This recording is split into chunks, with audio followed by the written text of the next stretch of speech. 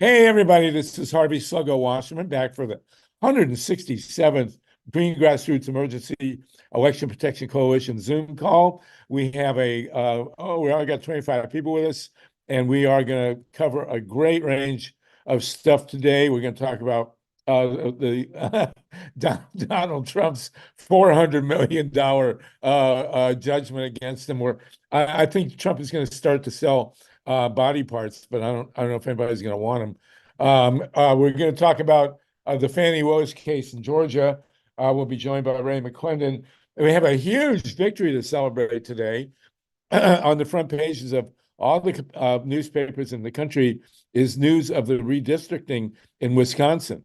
And this is a victory in which we participated because it wouldn't be happening without having won a Supreme Court seat in the state Supreme Court in Wisconsin. Very, very big deal. Want to talk about there's a union guy going to run for the Senate in Nebraska, the U.S. Senate. We also want to talk about the New York congressional race that Brian Leonard is familiar with on a first-hand basis. We also want to mourn and recognize the death of Navalny, the activist in Russia, I should say Soviet Union. I mean, who knew that Stalin would be reborn? We're going to talk a bit about Haiti. Also, we have Alex, a great representative from the trans movement. Second hour, we're going to go deep into the great philosophical question of why this country is simultaneously killing nuclear power, which is good, solar power, which is a bad thing to be killing, and electric vehicles. Electric vehicles are booming in China. 40% of the vehicle sales in China now are electric cars, and here it's less than 4%. And this is something we really need to deal with. So we've got a very full agenda.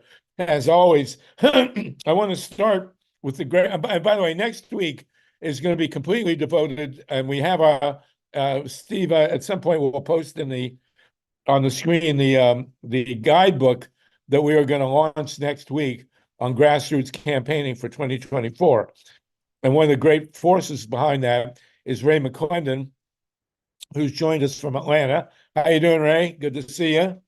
And I did ask Ray I know Ray's going to have to go, but I did ask Ray to talk to us briefly because he's up close and personal and knows this case very well, the Fannie Willis case in Atlanta, involved with the prosecution of Trump for trying to steal the election. And she's been under attack. Ray, can you tell us what's going on with Fannie Willis on this federal and state prosecution here, and what you think about it? Oh, Ray's muted. Gotta unmute him. There you go. All right, Ray. Hey, Sluggo, happy How you doing, President's Ray? Day Good to see you. you. Happy President's Day to everyone on the call today, and thanks as always for giving me an opportunity to tell you talk about what's going on in Georgia. And you will be headlining next week, Ray, you and Andrea, on our grassroots guide for the 2024 election.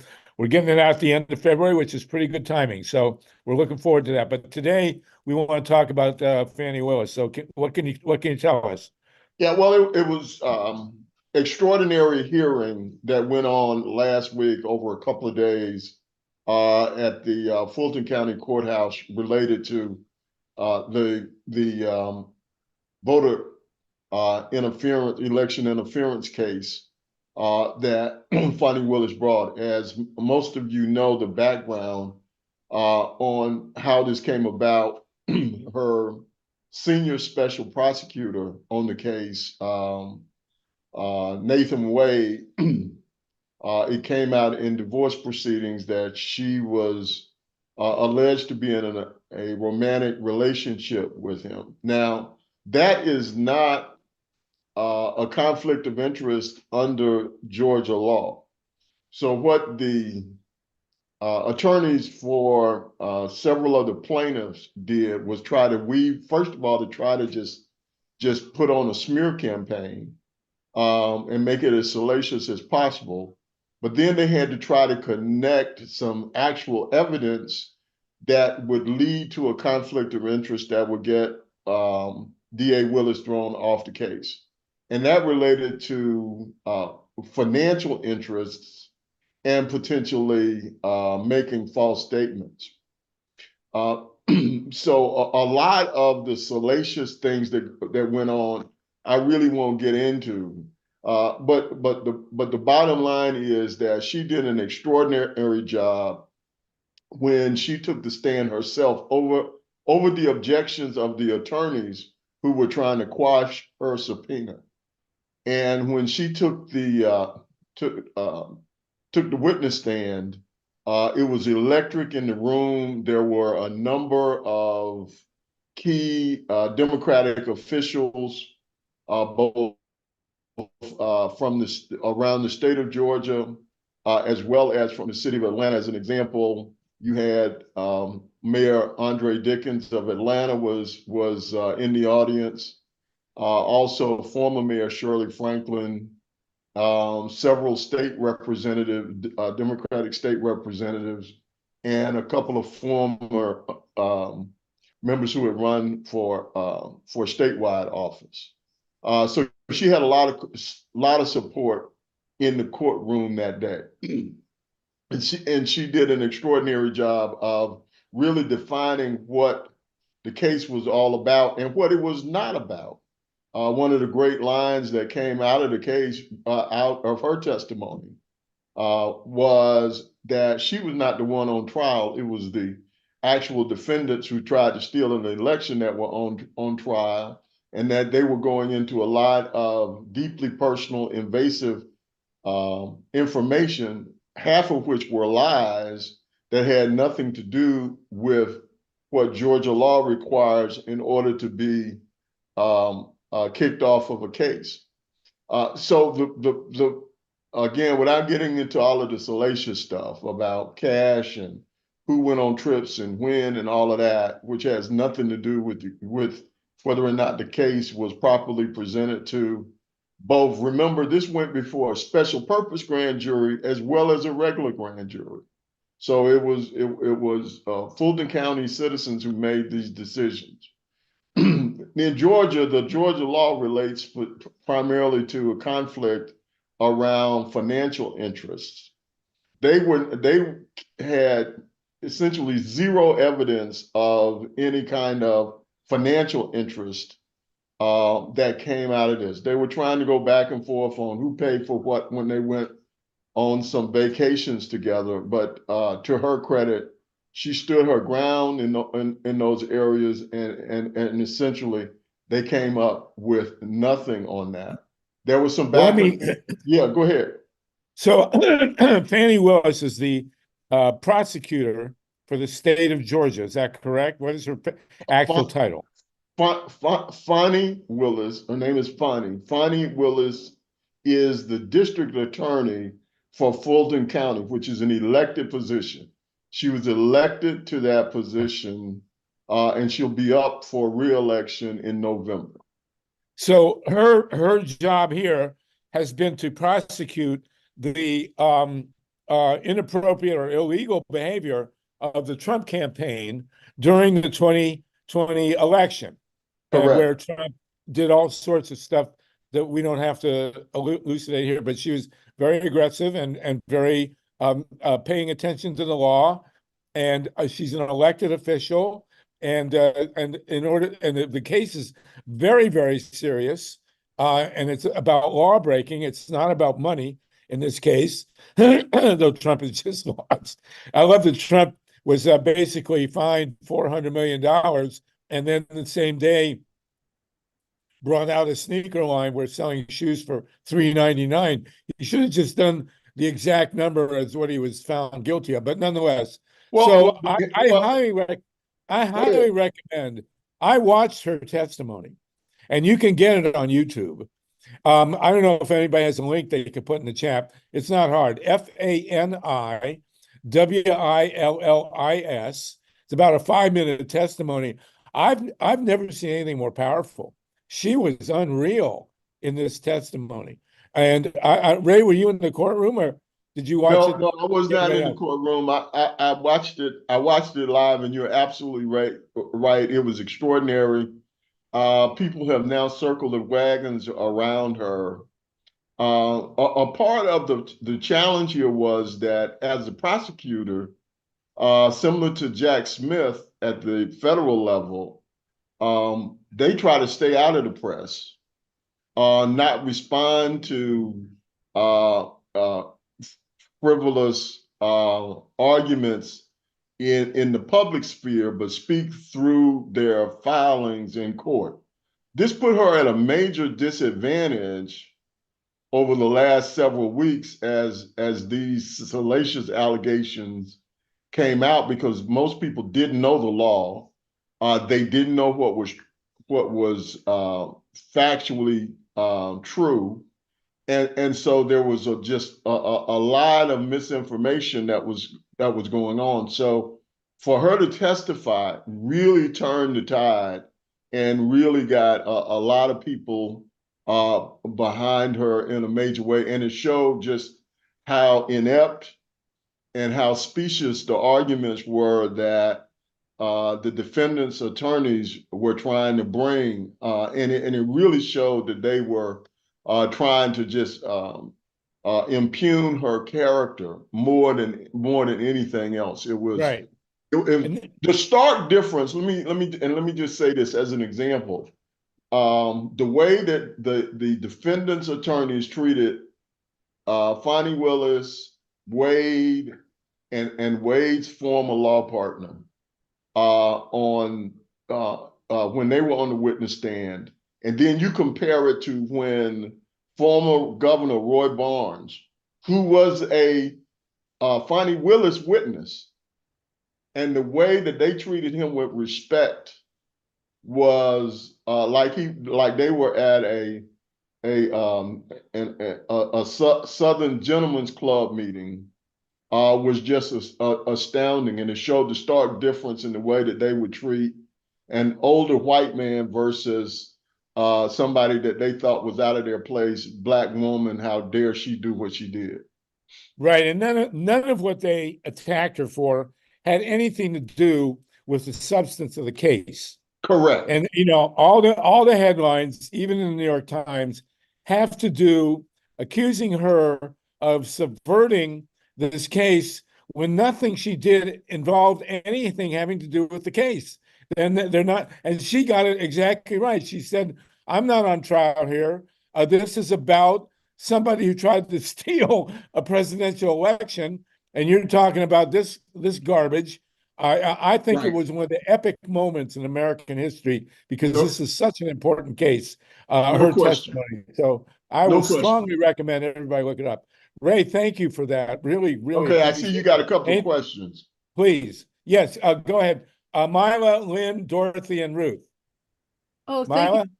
Mila? I watched the whole thing live, and I must say that I was really disappointed in the judge initially, because I didn't think that the extraordinary disrespect that was shown to DA Willis, Fonnie Willis, and to Nathan Wade by somebody who just seemed like a bimbo to me, like a Karen, that she was allowed to ask such probing personal questions, and in the way that she addressed people. It was, I had to fault the judge for that, and I was really infuriated.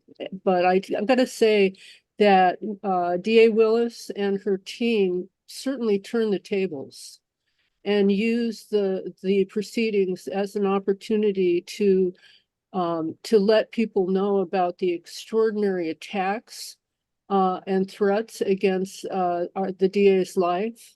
And the governor also brought that to bear. He said he didn't want to be in the position again to have to live with bodyguards, just because he knew about the threats when you're going up against thugs and gang members. So Ray, that was Right. an report, and Exactly. I was so impressed not only by Fonnie Willis, and it's Fonnie, not Fannie Harvey, and a lot of people make that mistake. That's one of the kind of intended slurs when you mispronounce your name, but I know you didn't intend it that way. But Well, that's I'm not offended when people call me Herbie, but it's okay. but that's how the Trump people Yeah, mispronounce. okay, all right. At any rate, Thank you, Myla. Thank you for I'd like that. to get to my point if I might. Yeah, Um, please finish it because we got 5 people waiting. right. Go ahead. Never mind. No, go ahead, finish. That's it. Please. I lost my train of thought. Thank you. Oh, okay. You can jump back on if it comes around again. Lynn Finerman, Dorothy, and Ruth. Yes, hi all, and hi Herbie. I mean Harvey. So, um, I listened also to Fonnie Willis and was deeply impressed, but I was very worried because on Flashpoints, Greg Palast said that if it's possible that if Fonnie doesn't step aside, that they can suspend her entire office. Because we've got Kemp there as the governor, and so I'm wondering how Ray feels about that. Well, that's a great point, but let me share with you how that works.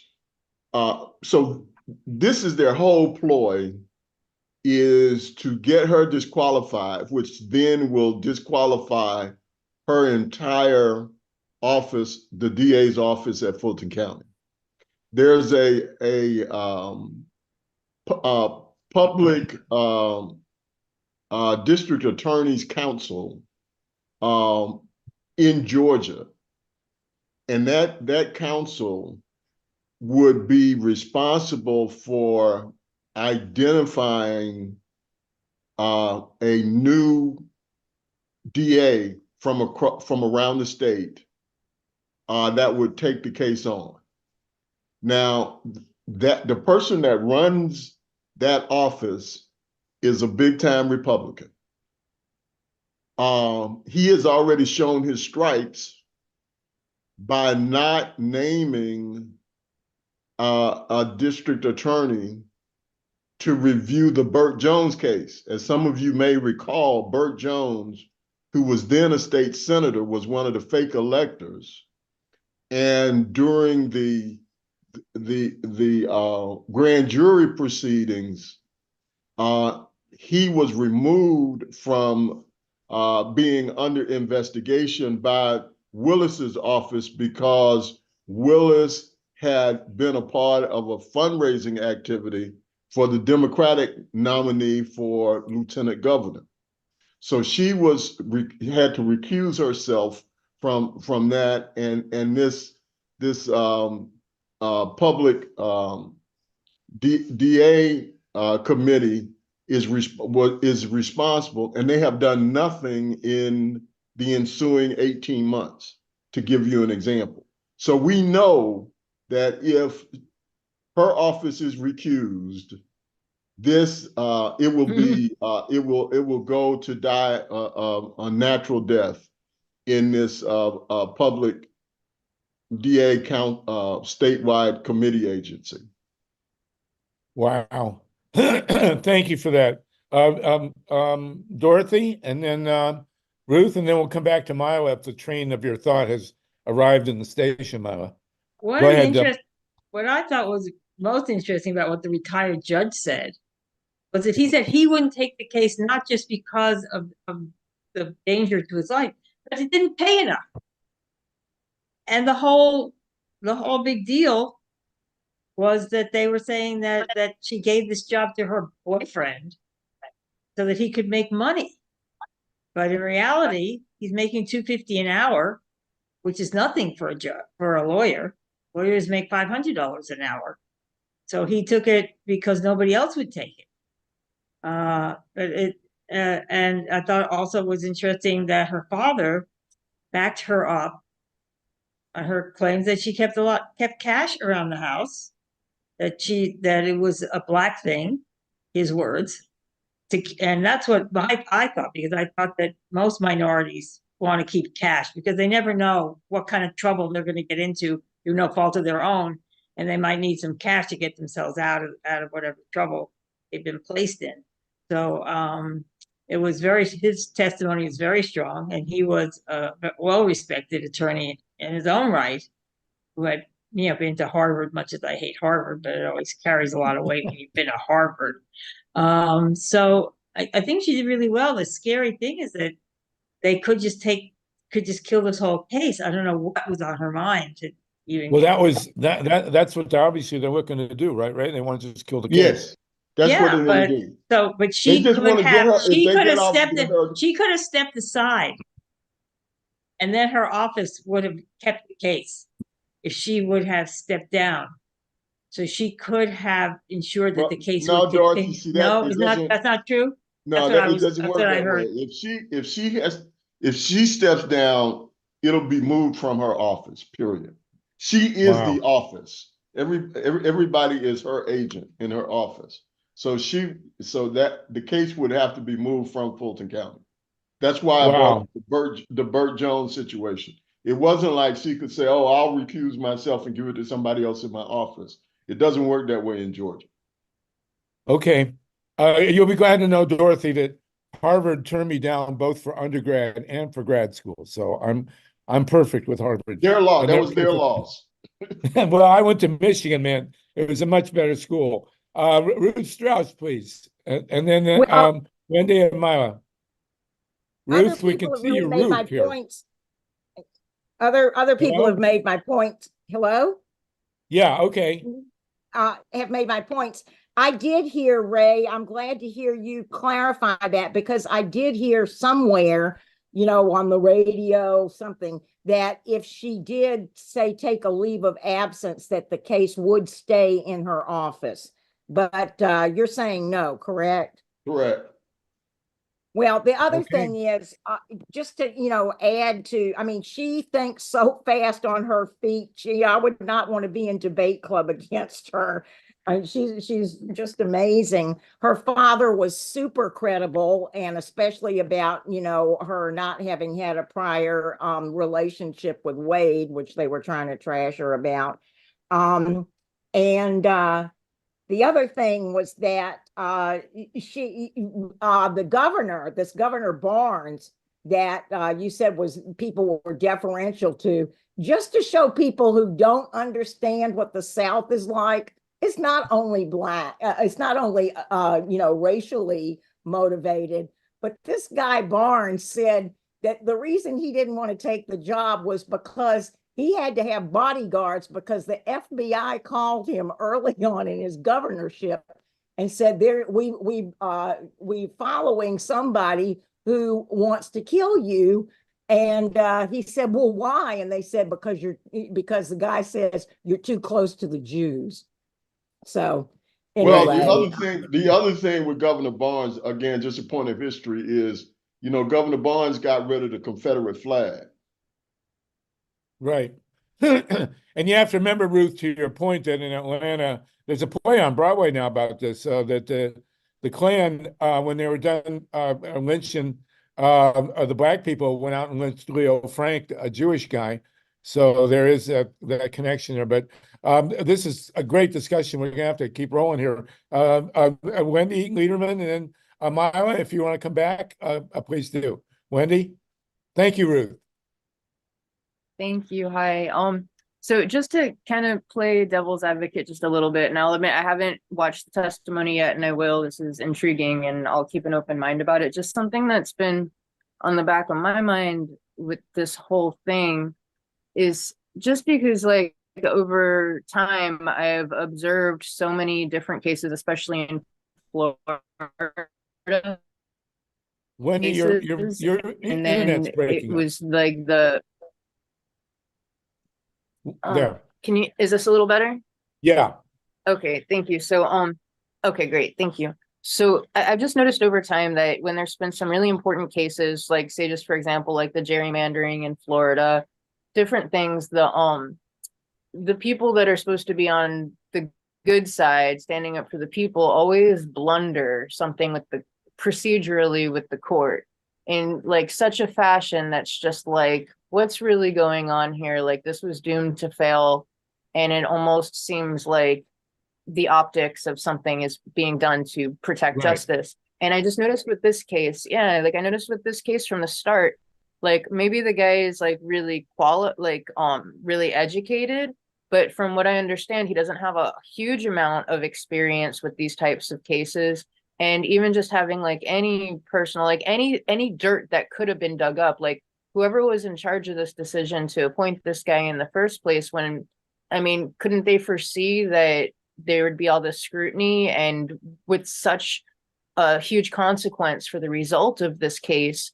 Like, shouldn't there have been like much more like care put into how they moved forward with who was going to be Ray, very good Yeah, point. I hate to do I hate to do whataboutism, but again, I'm not a female, but I've talked to a lot of uh, female leaders in Atlanta, and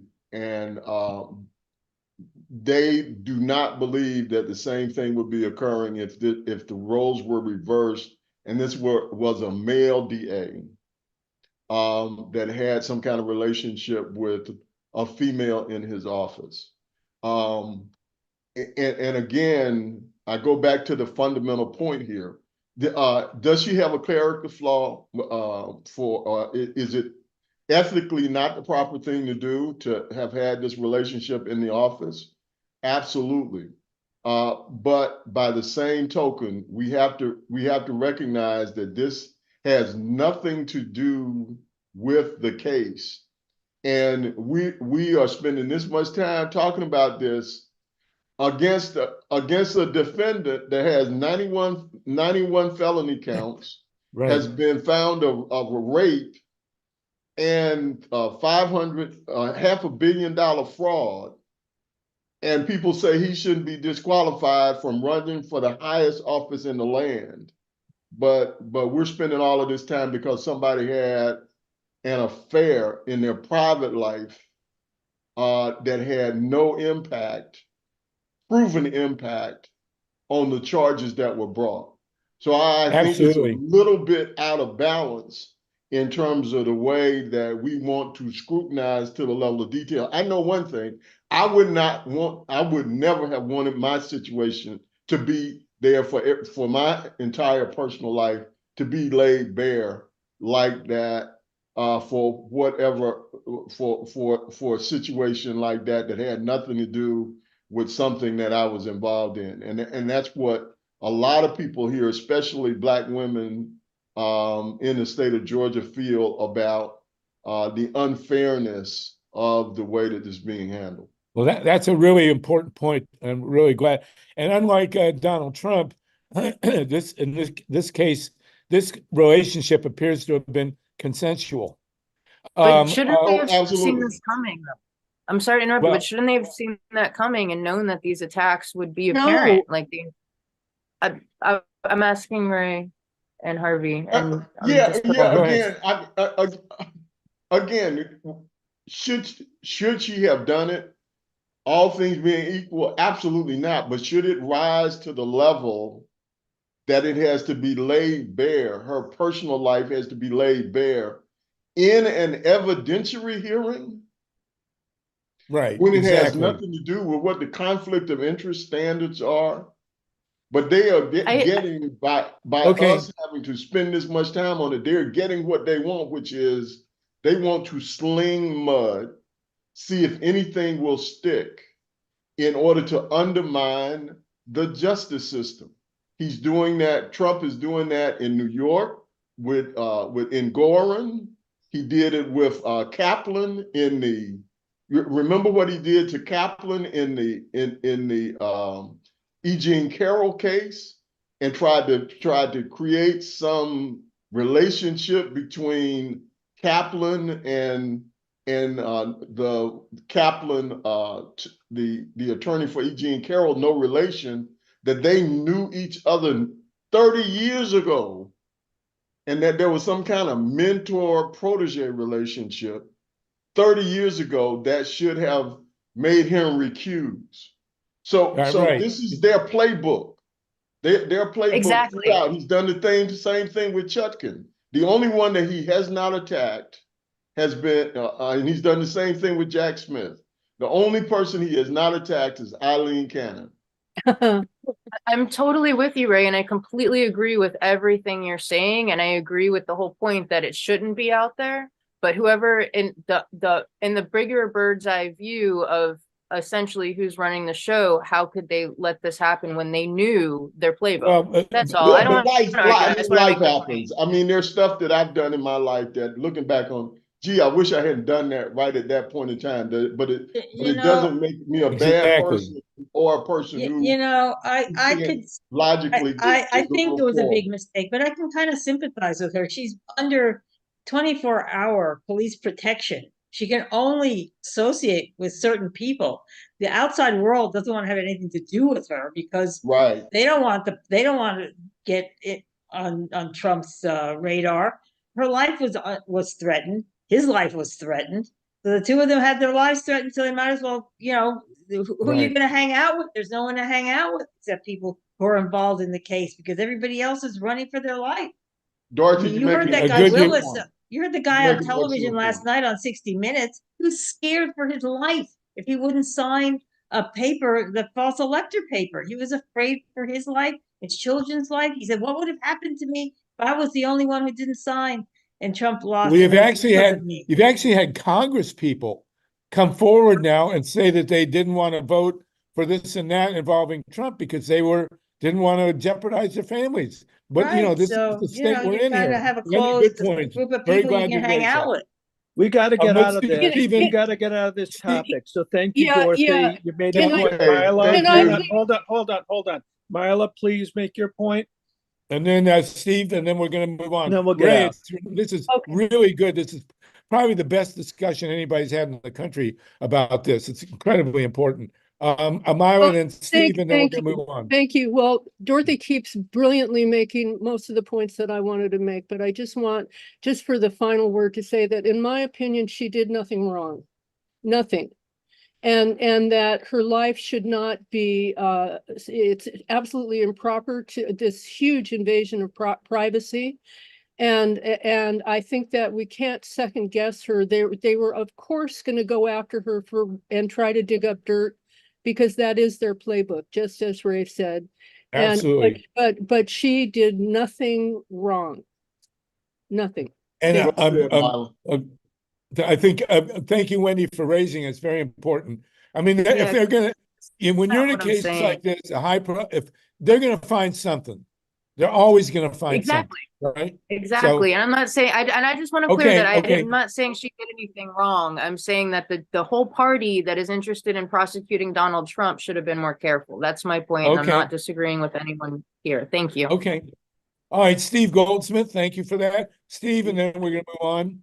Yeah, I will have to admit, personally, just to clear the record here, I once went to Yankee Stadium with my grandsons, and I'll never get over it. But what can I say? Okay, Steve Goldsmith, go ahead. yeah, just two points. One is that we, for the going forward, we think about it, the people on this call and others, if we're taking on these fascists, because that's what they are, we have to think about, we have to be purer than what Caesar's wife or whatever it is. We have to, well, and I'm fighting these refineries, and we had this fabulous rally on Saturday, and we thank everybody for publicizing it. But I think about, I'll do something, well, should I do that on my tax?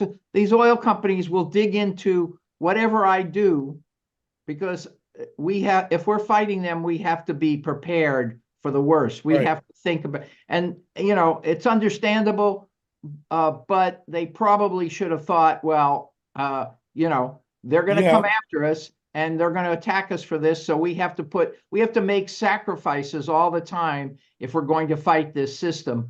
And Well, you can and see one that of them might be giving up a relationship because it makes us subject to attack, or not hiring that person because, that they could be attacked for this. So I want to be, because they're going to come and attack us.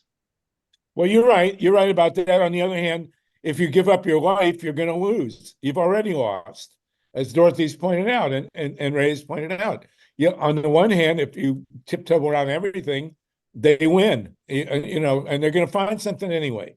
I think that's my opinion. Ray, you get the last word on this. Thank you, Myla and Wendy and Dorothy, everybody for your comments. No, I on this. just stand by what Mila said. She did nothing wrong under the law of the state of Georgia. That's what we need to rest on. And we need to pursue this case. This case the needs case to needs be to be pursued by her office based upon the return of indictments from not just one grand jury, but two grand juries It's amazing. of citizens of Fulton County. All right, thank you, Ray. Really great of you to come on. We appreciate it from Sure. Ground next Zero, week. and you will be with us next week. We're going to do the deep dive on our guide and how grassroots has to be dealt with in the 2024 election. So thank you, Ray. All right. We're ahead of schedule being here in February on this. Thank you so much. Lindy, do you have a hand? Then I want to go and talk about Yeah, I this just want victory to in say Wisconsin. that I really appreciate Ray being with us on this topic. I think it is a hugely important topic. It's, to my mind, the most important legal case against the rump, and I would like to request that we revisit it. Thank you. Okay, we will. Absolutely. Thanks again, Ray. Take care. I do want to mention very quickly, Ruth, I'll call on you in a minute. Steve, can you show the picture from Wisconsin? Do you have the governor there? We won a huge victory today. It really has to be celebrated. One important thing to understand about being an activist and a campaigner, you all know this, is when you win, you gotta enjoy it. So a month back, we were talking, and Andrea Miller and others joined in. We had people from Wisconsin. Here you go. That we had a Supreme Court race for the state Supreme Court in Wisconsin, and everybody knew that if the Democrat won, actually it was a nonpartisan race. Janet Przejewicz, Andrea Miller had to instruct me how to pronounce that name. If she won, that it would be 4-3 on the state Supreme Court. And the first thing they would do would be to overturn the horrendously gerrymandered state legislature districts in Wisconsin. And she won, and today they did it. The state Supreme Court agreed to hear the case, and they ordered the legislature and the governor to agree on new maps for the legislature. This does not, by the way, include the U.S. Congress, unfortunately, but which is horrendously gerrymandered in Wisconsin. But the state legislature, Wisconsin, is basically a purple state. It's more or less 50-50 Democrat, Republican, but the Republicans had super majorities in the state legislature, as they do, by the way, in Ohio. Similar state, similar situation. I mean, under the current maps, the Republicans have 64 of 99 and 22 of 33 in the Senate. It's ridiculous. So, and they had districts in Wisconsin that were non-contiguous. In other words, you had congressional districts that were broken up into different pieces. And it's outrageous. It's illegal, for God's sakes. But the Republicans had it, and they screamed and yelled when the Supreme Court made this decision to mandate new maps.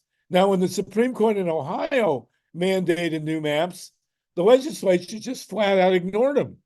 And in Ohio, we still have ridiculously gerrymandered districts in Ohio, despite the fact that the state Supreme Court ordered them to change them. The legislature just ignored them. But in Wisconsin today, the governor proposed maps. The governor is a Democrat. There he is, Tony Evers. And the new maps were better than the old ones, but not as pro-Democrat as some of the other ones out there. And the Republicans just decided that they'll go with the ones from the governor, that they had a better chance with the new maps from the governor than they did from some other ones that were out there. And so as a result of winning this state Supreme Court race, Wisconsin may actually have a non-gerrymandered legislature. What a concept. Now, this has already happened in Michigan. It should have happened in Ohio. We've had 2 referenda in Ohio, 5 Supreme Court decisions, and they still haven't changed the maps in Ohio. But in Wisconsin, it just happened. So we should all take a victory lap on that. It's a big deal. We also have a victory lap in New York. That guy Santos, who's suing Jimmy Kimmel, by the way, the liar who was thrown out of his district by the Congress.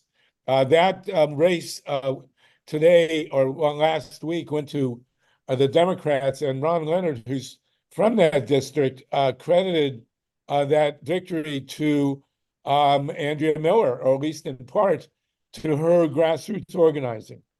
It's a big deal.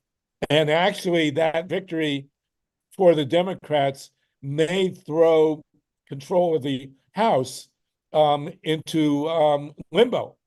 I mean, it's a very consequential shift in that district, and there's no doubt that Andrea Miller's grassroots campaigning had an impact there. So there's another victory that we should celebrate.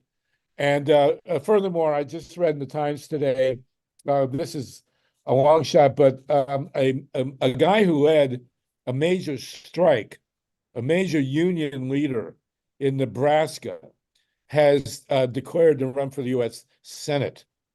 And Nebraska is not exactly a swing state, but they have sent Democrats to the Senate. Not that we're nonpartisan, but liberal guys.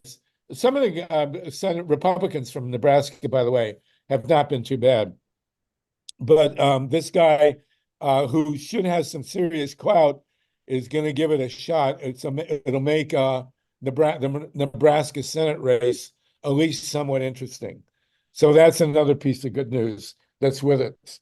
Okay, Ruth, you want to raise your hand? And we have 2 guests with us. We want to talk to us. And then in the second hour, we're going to do a deep dive on nuclear, solar, and electric vehicles. And we're going to have some great people with us. So, Ruth, did you want to say something? Yeah, just quickly. Do you know what happened with Prokofius? Because they were trying to get her out of office when she won by a landslide. They did. Do you know they what's failed. up with that? Okay, they great. failed. Terrific. It's as Andrea Miller had to tell me at least a dozen times, it's Proseowitz. They were actually calling people in Wisconsin, so she knew how to pronounce it. Proseowitz, a classic Wisconsin, name. And no, they threatened they were going to impeach her. The Republican legislature was going to impeach her immediately the day after she took office. Just like they impeached this cabinet member or whatever he is in the U.S. Congress. But the Republicans backed off on it. It was too ridiculous, excuse me, even for them. So Janet Proseowitz, is still on the Supreme Court. They, as predicted, decided to demand new maps. And unlike Ohio, they actually did it. And so we now have a new legislature to look forward to in Wisconsin. Dorothy Reich, thank you for that, Ruth. Dorothy? Sadly, in New York, they had an opportunity to redraw the maps and pick up a few Democratic seats, and they failed to do that. They went with the maps pretty much the way they were. They're maybe going to pick up 1 seat. So I don't know what's going on with the Democrats in New York. That was a huge mistake. Huge failure. Absolutely. Okay, so listen, moving on, we're privileged today to have Alex with us from the trans movement. Is going to talk to us for a few minutes about electoral politics and the trans movement. It's Alexander Petrovnia. Is that right? Yes, you got it right on the first try. Thanks so much. We're all Yeah. learning Russians. We're all learning Russians because Putin keeps killing these people, and we have to learn their names. We do want to mourn the passing of Navalny in Russia, Navalny, and I will notice many of you saw. It's hard to say some things. Putin is arresting. It's just he's arresting people who come to leave flowers at the memorial for Navalny. If you get a bunch, and I've seen the video of this. You can look at this. People who show up at Navalny's memorial site who leave flowers are being arrested.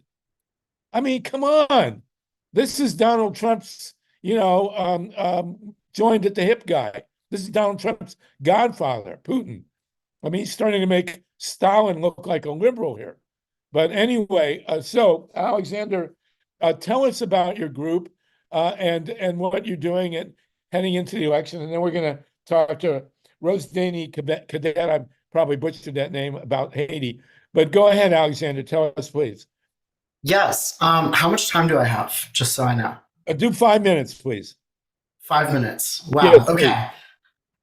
Okay. I'm going to run through something really quick. Thank you all so much. Remember, for being we're here. we're on radio. If you're going to show something, you have to. I am going to show something, and I will describe it as well.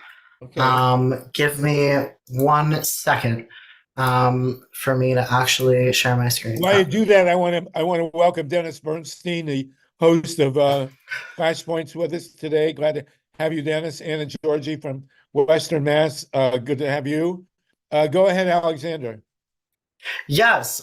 So I'm so excited to be here. Thank you so much for having me and holding space for me. My name is Alexander Petrovnia. My pronouns are he and him. I am the founder and executive director of the Transformations Project. And what the Transformations Project does is we track anti-trans legislation in all 50 states and nationally. This is a critical issue that is going on right now. Many people are not really aware of how severe the crisis really is, but the anti-trans legislative crisis right now, we have tracked over 1,100 anti-trans bills since 2021. So that is in 3 years in 50 states, over 1,100 bills targeting trans people specifically.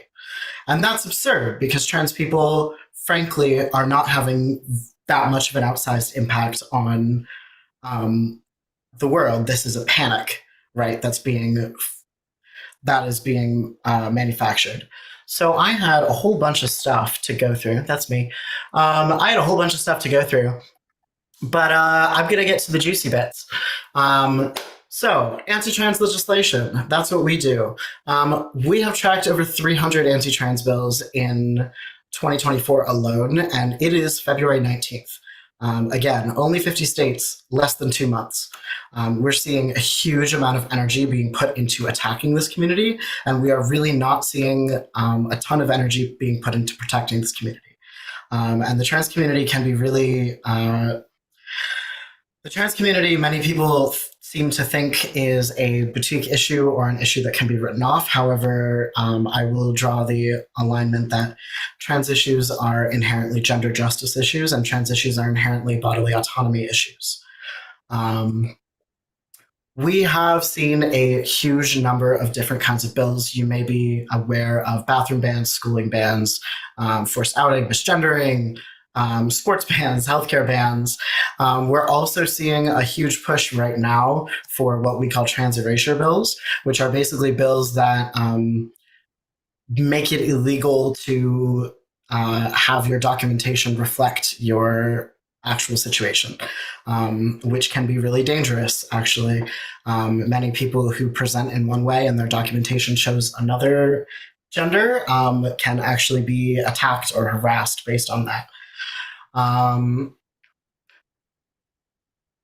Our current numbers of anti-trans bills right now is we are tracking 293 anti-trans bills in the states. We have seen 123 anti-trans bills pass in the state level since 2021. Again, 50 states, 3 years, 123 anti-trans bills. Luckily, we have seen, not luckily, due to the diligent work of many, many people in this community and other communities, we have seen 725 bills fail. However, I will draw people's attention to the fact that this is a presidential election year, and Republican candidates have made it very clear that this is an issue they will be prioritizing. And by an issue, I mean they are openly calling for eliminationism, which many people who are students of history can see that history never repeats, but it sure does rhyme. And the trans issues,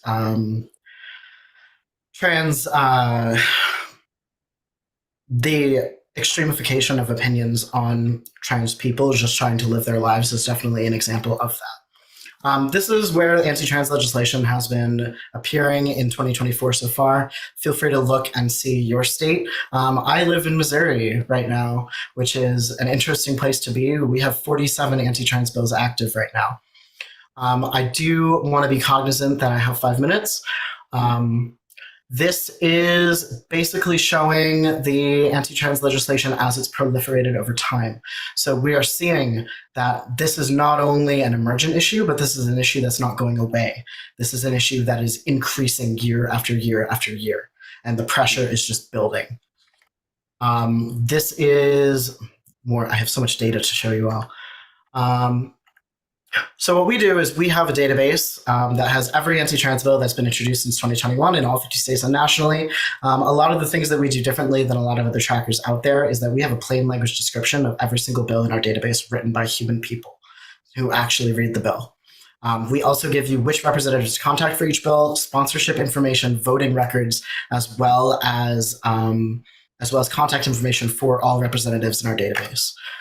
Our databases cross-reference each other, so if you go look at your representative on our database of representatives, we'll tell you which anti-trans bills they've sponsored, which anti-trans bills they've promoted, which anti-trans bills they've voted for. We are committed to getting this work out there as publicly as we possibly can for free. And so any assistance in doing that and supporting that mission would be very appreciated.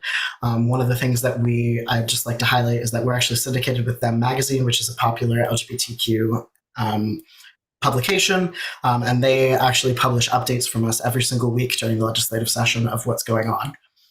We are also very excited to be participating in a coalition called the Transform the Vote Coalition this year. Basically, the Transform the Vote Coalition seeks to get as many trans-affirming voters registered to vote as possible to create a trans-affirming voting bloc and show that trans people and their loved ones and their allies and accomplices have political power. Here's where you can find all of our stuff, as well as feel free to support the project, or you can find out more about us at transformationsproject.com or .org. Fantastic and really good. Thank you for. What's going to happen now is you're going to get questions, so you can put in more stuff that you wanted. I'm curious, what are the top 3 anti-trans laws that people want to pass? In other words, where is the prong of attack here? Yeah, so that's been changing actually. If I can share my screen, I actually have a graphic related to this. Okay.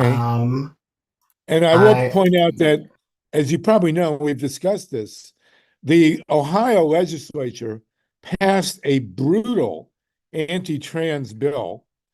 The governor, who's a Republican, vetoed it, and the legislature came back and overrode his veto. Yeah, the political motivation and power and money, frankly, that is behind the anti-trans lobby is huge right now. And we're seeing coordinated international attacks trying to basically strip the ability to even exist in society for trans folks. So you list here, you got bathrooms, documents, parents' rights, healthcare. Yeah, so this is schools and sports. Yeah, and we've also got drag bans and trans erasure bans that we didn't see popping up until 2023. And so if you see this graphic is available on our website, or I can send it to whoever would like it. This basically shows the prevalence of different kinds of anti-trans bills throughout each year.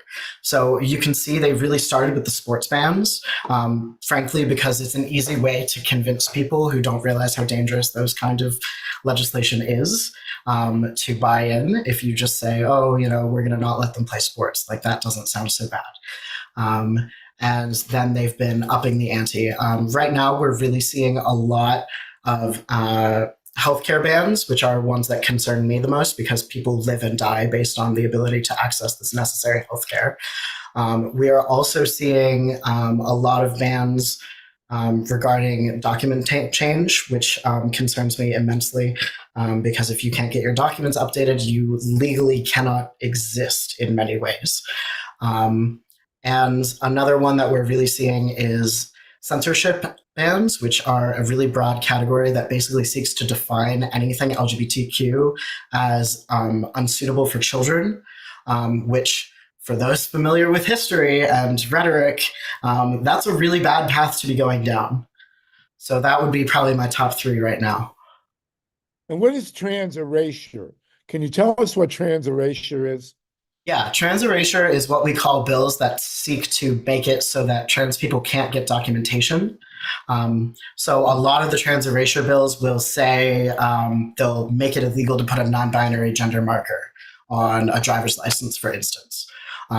Or they'll say very recently what's going on in Florida with it wasn't a piece of legislation, but the memo that was sent to DMVs across Florida that driver's licenses aren't to be updated and it's to be considered fraud to try to update your driver's license to reflect your accurate gender. Where it's things like that. Wow. And the one I hear the most about is banning transitional procedures for minors. That seems to be Yes. the flashpoint. That is healthcare. Yeah, that's what we're seeing in healthcare, and we're actually seeing them just raise the age over and over. And we have seen multiple, I guess you'd call them thought leaders. I'm going to put heavy quotations around that. Thought leaders in the anti-trans lobby and the anti-trans movement openly say that they want to ban transitional medical care for everyone. And the idea of banning best practice healthcare for adults who are fully able to make their own decisions should terrify people. Okay. Because that precedent is not one you want to set. Right. Okay, Dorothy Reich and Mike Hirsch, go ahead. Dorothy and Mike. So very scary thing that's been happening, and there was even an article in the New York Times, an op-ed in the New York Times, is they bring in people who have transitioned and decided it was a mistake, and they want to go back. There are hardly any of them. Hardly any of them. But they bring them to testify at these hearings and say how their lives have been destroyed and that the doctors just cut off their breasts without even asking them any questions or whatever, happened, whatever their transitional medical care was. And I think that's a very, very dangerous situation here. It's incredibly dangerous. And I'm glad you brought that up because the idea of detransitioners, these detransitioners that you're seeing testify are actually professionals. They are being paid to go around the country and testify at all these hearings. And you see it's the same people over and over and over and over because, frankly, as you can see on the screen, the vast majority of people who choose to transition, whether it be medically or socially, do not regret that and actually have very positive experiences. And this is from the United States Trans Survey, which was a survey of nearly 100,000 trans people in the United States taken in 2022 about their life experiences. So this is not doctors evaluating, this is trans people saying, I like my life better now. I'm curious. And I would say one more thing. How many? A lot. Can I say something, Harvey? There's been a lot of propaganda that's been circulating among high school kids saying that kids are being forced to go to these indoctrination classes, which is a lie. And they come home and say this, or their parents hear it, and then they want to have laws that they don't have to go to these classes, which don't even exist.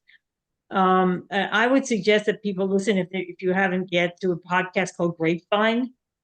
I think that Alexander might know about that. It's about a trans child in Texas whose mother wasn't supportive and his father got divorced, and he finally was allowed to move to Oregon and be with his father and be who he was, but or who she was. But I'm curious. That's important to get the personal stories of these people. Alexander, and we have 50 people with us. And we're going to move right along with, but I do want to ask you, Alexander, how many trans people do you estimate there are in the United States? I had a slide for that too. So that's a really interesting question. And it's really fascinating to me that so many people focus on that question, because the idea that how many trans people are there comes dangerously close to saying how many trans people is too many trans people. And that stresses me out for very good reasons. And many people are explicitly asking that question. And so I just want to head off that question and talk about something that I think a lot of people here actually might have a little bit of experience with. But back in 1900, if you can see this, there were about 5% of the population were left-handed. Left-handed people were literally being criminalized at a higher rate. They were literally being denied employment. They were being abused in schools. And then we see, once we stop penalizing left-handed people for being left-handed, we see this massive growth in left-handed people. And there were literally articles in the 50s and 60s about, oh my gosh, how many people is too many left-handed people? Wow. Yes. Okay. So I point this out to say there's no number that there are too many trans people. And also, the number of trans people we don't know yet because we're still punishing trans people for being trans. Okay. Very interesting point. Thank you for that. Mike Hurst, Mila, and then we're going to move to Haiti.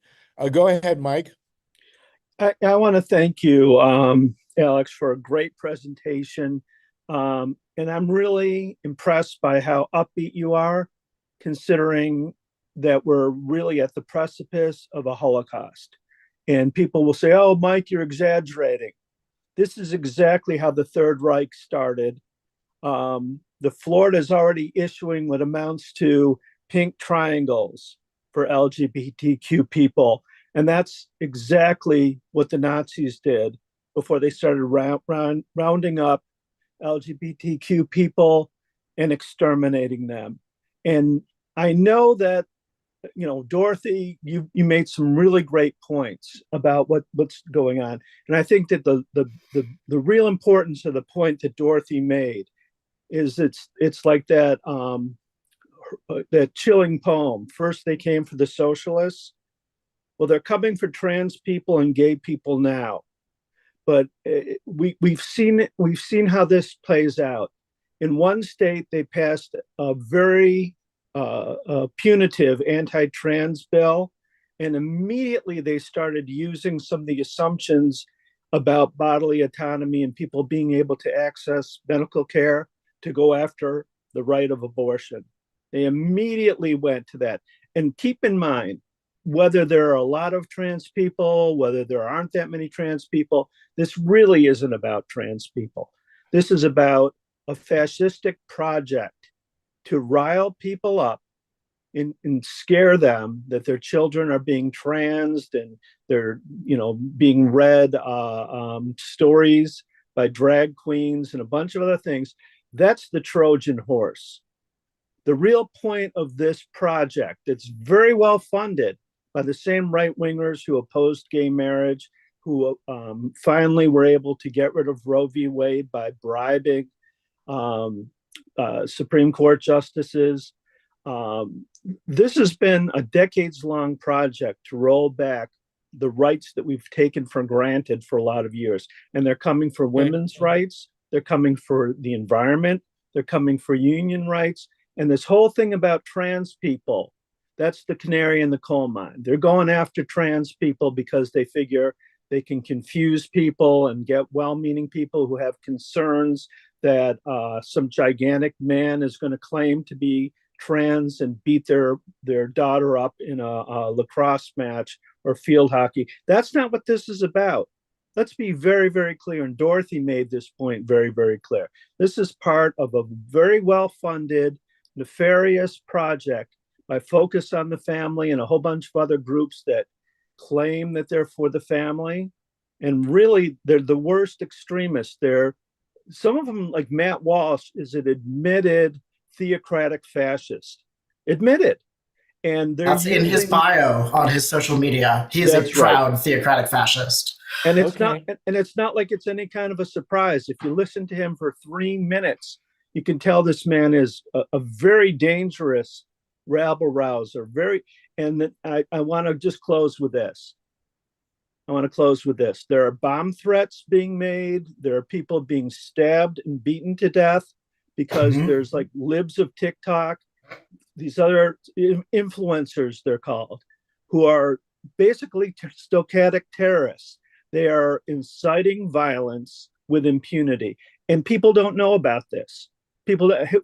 Please let me know by show of hands on your screen if you knew that a bunch of people, Matt Walsh and others, libs of TikTok, claimed that the Boston Children's Hospital was transing infants, and that led to bomb threats. They had to close down the hospital. This is where infants and children are getting treated for cancer.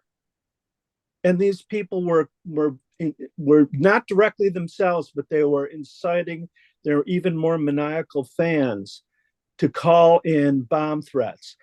There have been instances where these maniacs have shot up clubs that were inclusive of the gay community, shot them up. And then these same people claim that it was done by a non-binary person, which was a lie. The recent mass shooting, they blamed on a trans person. It was a lie. Yeah. So you have to understand now, this is the thin edge, this is the vanguard of fascism, violent fascism. And keep in mind, these are the same people who attacked our Capitol on January 6th. You got to wake up. You got to wake up. This is not a joke. This is not a drill. These people this movement already has a body count.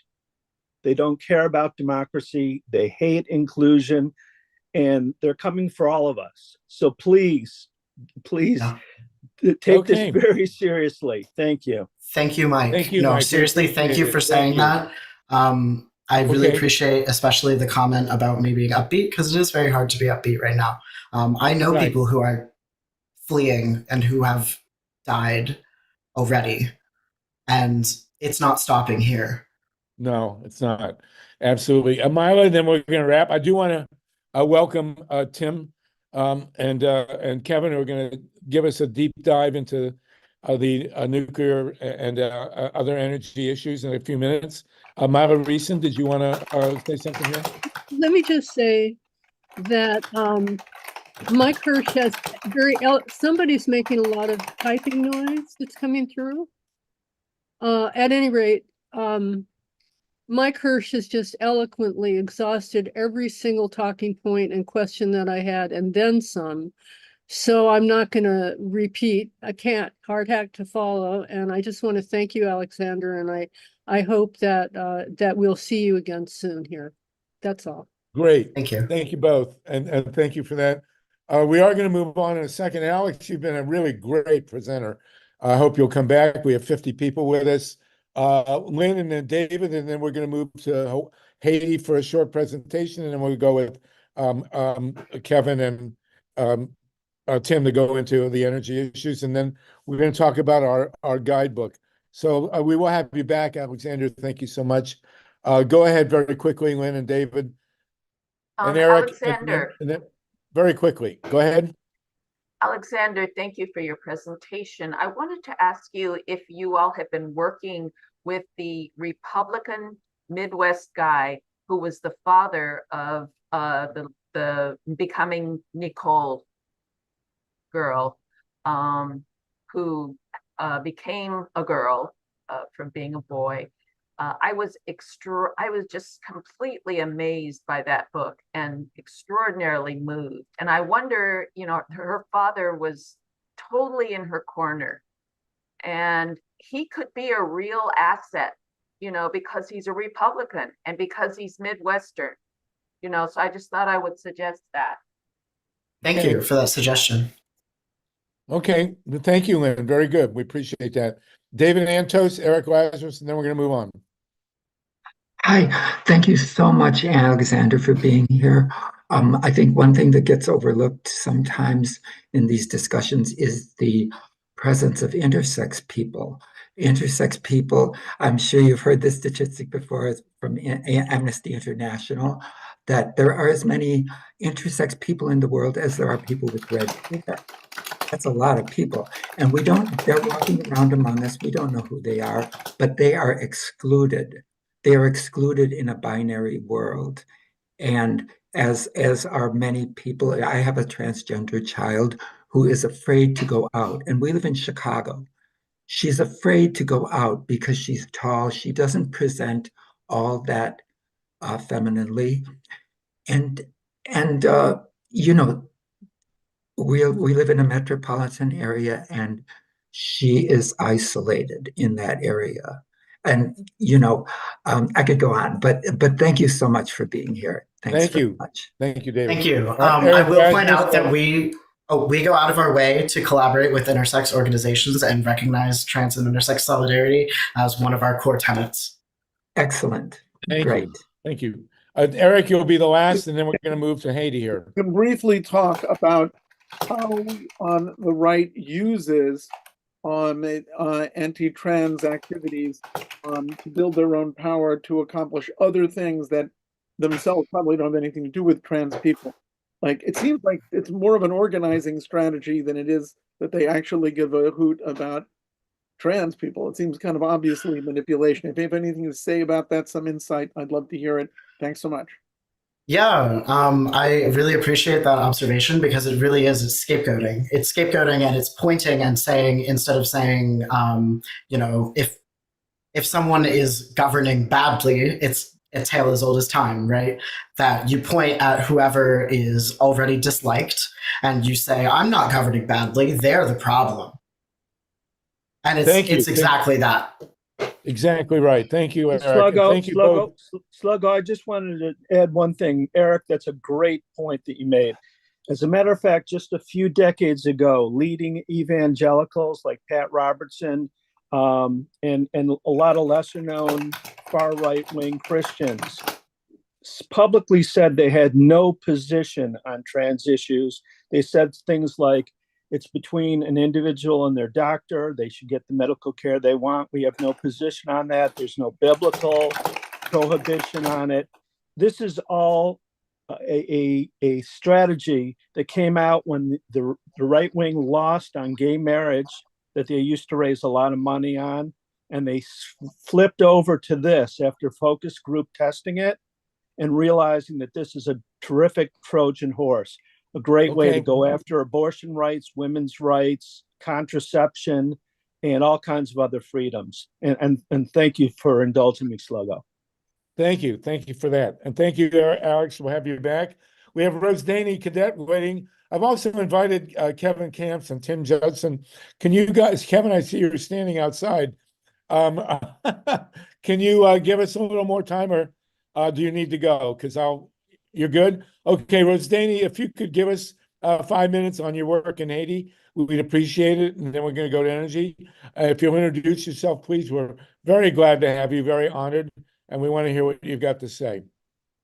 Hello everyone. Thank you for inviting me here, Mike. So, my name is Rose Dani Cadet, and I am from Haiti. And for the past 13 years, I have been working on food education with small communities. And as I haven't a lot of time, I'll come back another time and give a little bit more history of why the issue of food security in Haiti is so closely related to the U.S. Farm Bill. So the U.S. and other first world nations often, thank you for sharing that. This is the organization that I work through, and it will give you a little history of what I have been doing. The food aid that is given to developing countries or countries that have suffered any type of disaster is usually food, especially rice, purchased from U.S. farmers and then sent to these countries as food aid. The one might think, well, what's wrong with that? If people are hungry and they're getting food sent to them, isn't that what they want? What happens, however, when this food aid reaches the country that is in need is that it disrupts local food production in that nation. Currently, US rice is underselling Haitian rice by 5%, 500%.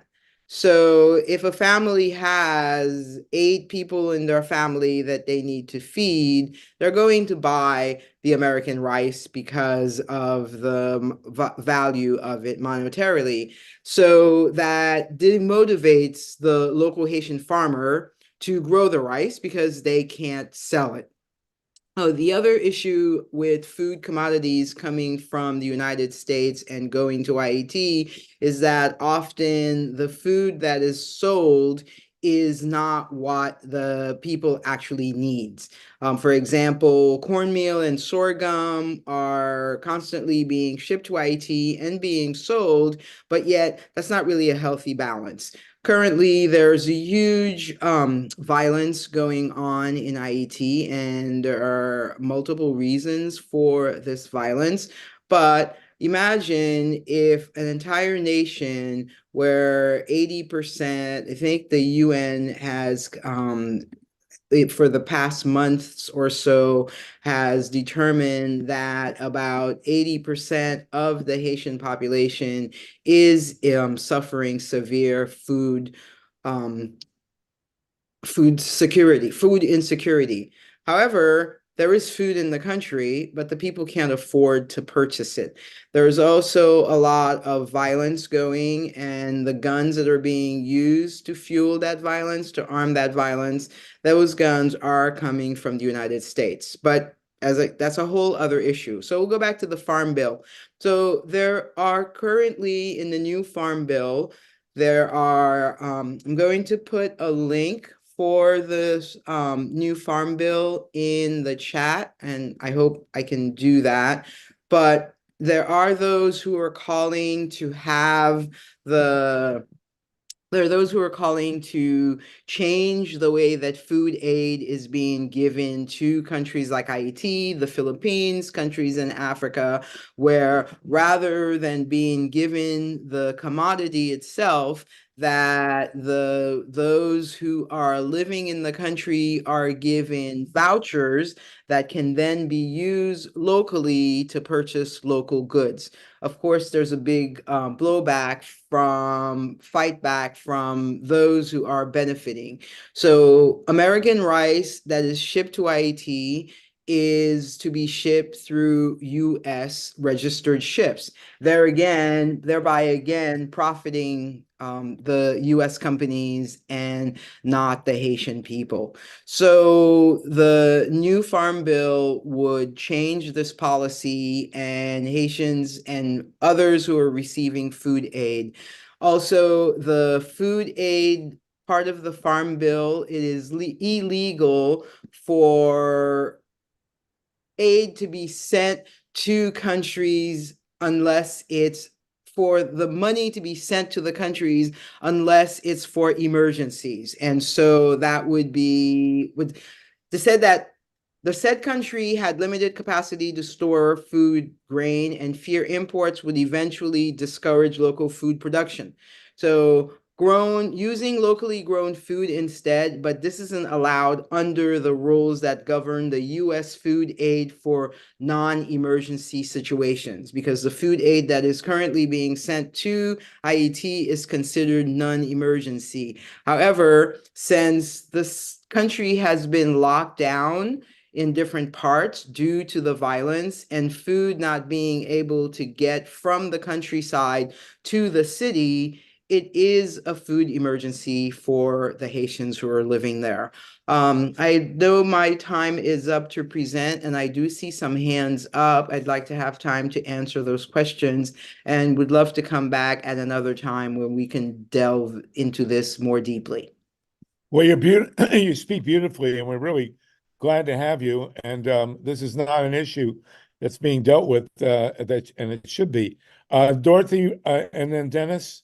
Dorothy Yeah, Reich and I Dennis want to Bernstein. apologize for what our country has done to Haiti over the years. It's horrific. I remember hearing that we also destroyed your pork production in Haiti because we shipped over a bunch of pigs that were not the right kind of pigs and they died. And meanwhile, the pigs that you had that were feeding your people died also. And I don't remember exactly the details of that, but I just know that this kind of thing has been going on for a long time. Our country just dumps food on countries, and it's not the kind of food that they want to eat, or it undermines their food production. We did that to Mexico with corn.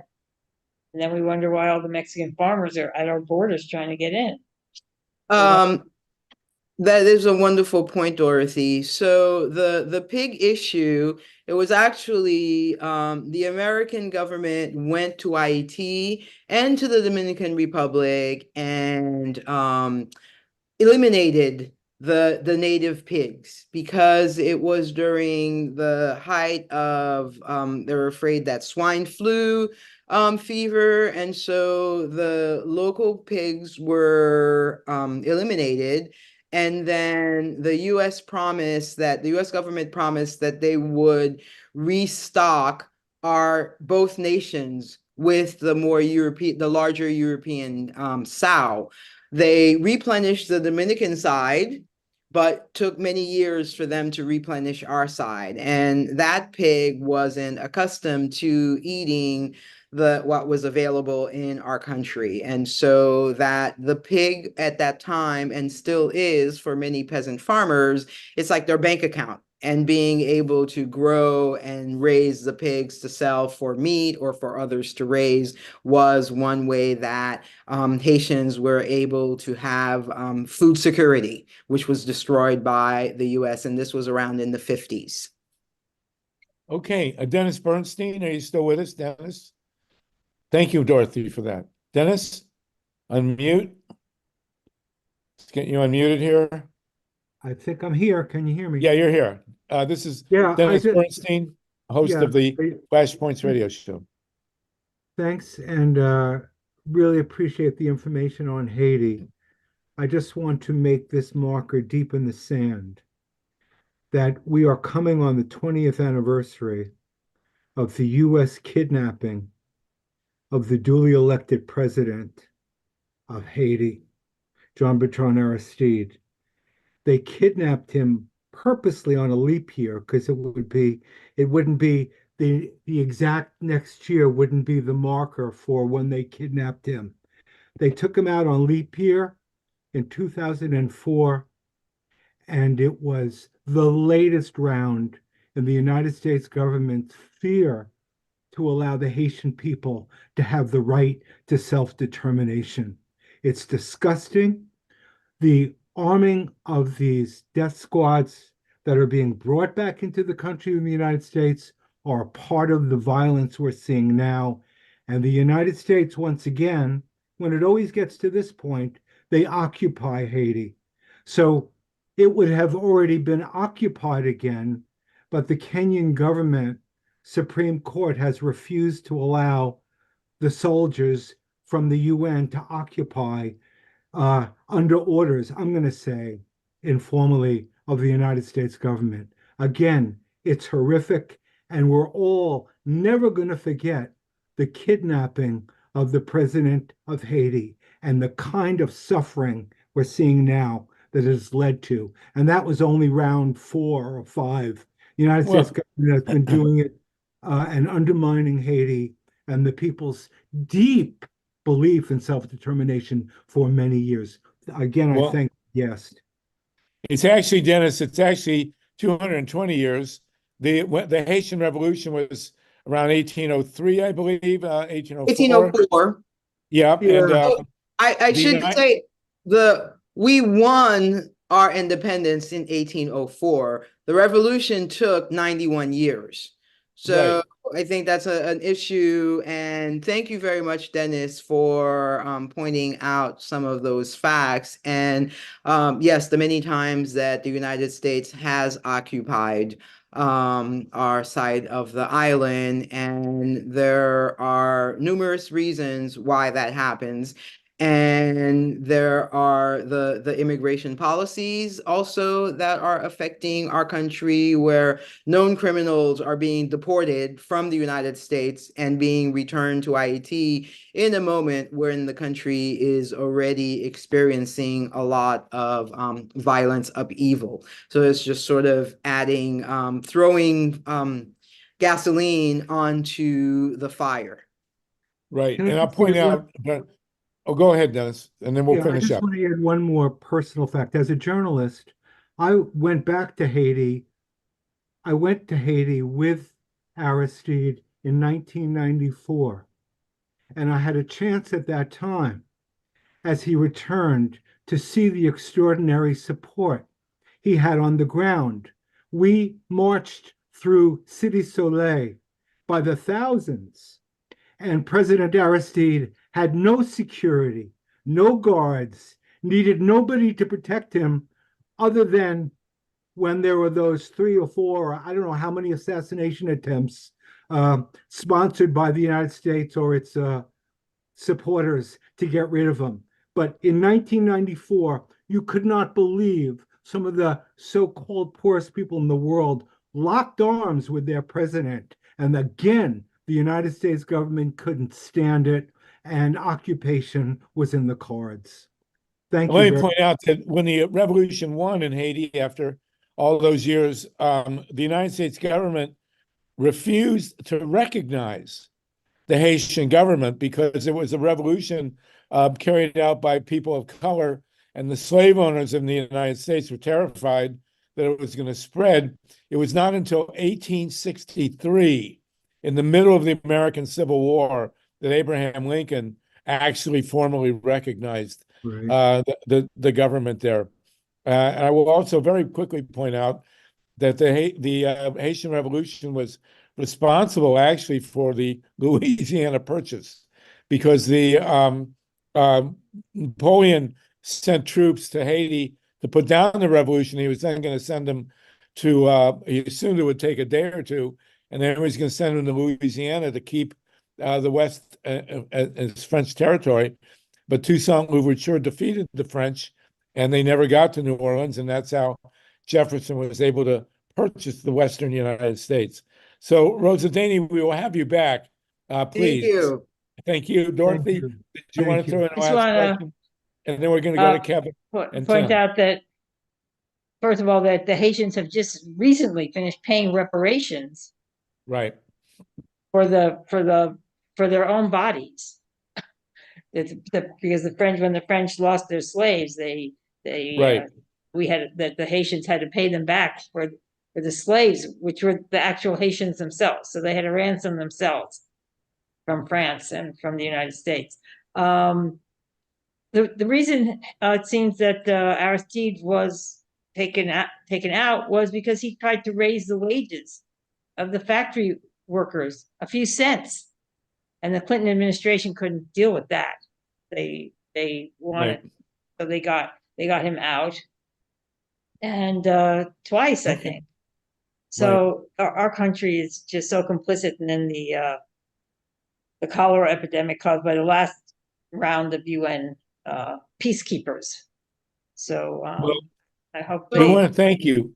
Yes, go ahead. Thank Well, you, Dorothy. I just want to say again, thank you for having me here, and also for those of you who have shared your bits of history and information with the rest of us here. And just to remind everyone that the Farm Bill is coming up, and the issues of food aid to Haiti and other nations as well is a really important one. And there are some proposals in there to help these countries have some other aspect of food security, food sovereignty. So thank you, everybody, and have a good Thank evening. you. Post your links, please, in the chat. Make sure we identify the organizations that you're supporting, and we will definitely have you back. It's not a topic that gets enough attention. And as a historian, I'll remind everybody that the American slave owners were absolutely terrified by your revolution, and well, they should have been. So there you go. Okay, thank you so All right, much. thank you, everyone. Have a good night. Take care, you too. Okay, we're now going to move to energy. We have two great experts and activists on the line with us, Tim Judson of the Nuclear Information Resource Service and Kevin Camps from Beyond Nuclear. And Tim, I see you're inside, thankfully. I know Kevin's standing outside somewhere. There you go, Kevin. I hope it doesn't start to rain on you like it is here in Southern California. But we have some very major developments. I do want to remind everybody we're going to be putting out a guidebook on grassroots organizing. When we're done with you, Kevin and Tim, we're going to put it. I'll ask Steve to put it up.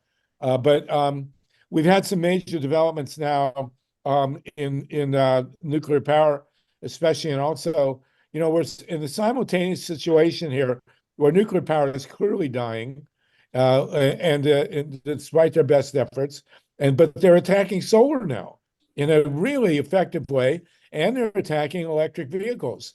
Electric vehicles are 40% of the market now in China and less than 4% in the United States. Let's start with Kevin since he's outside, and then we'll go to Tim.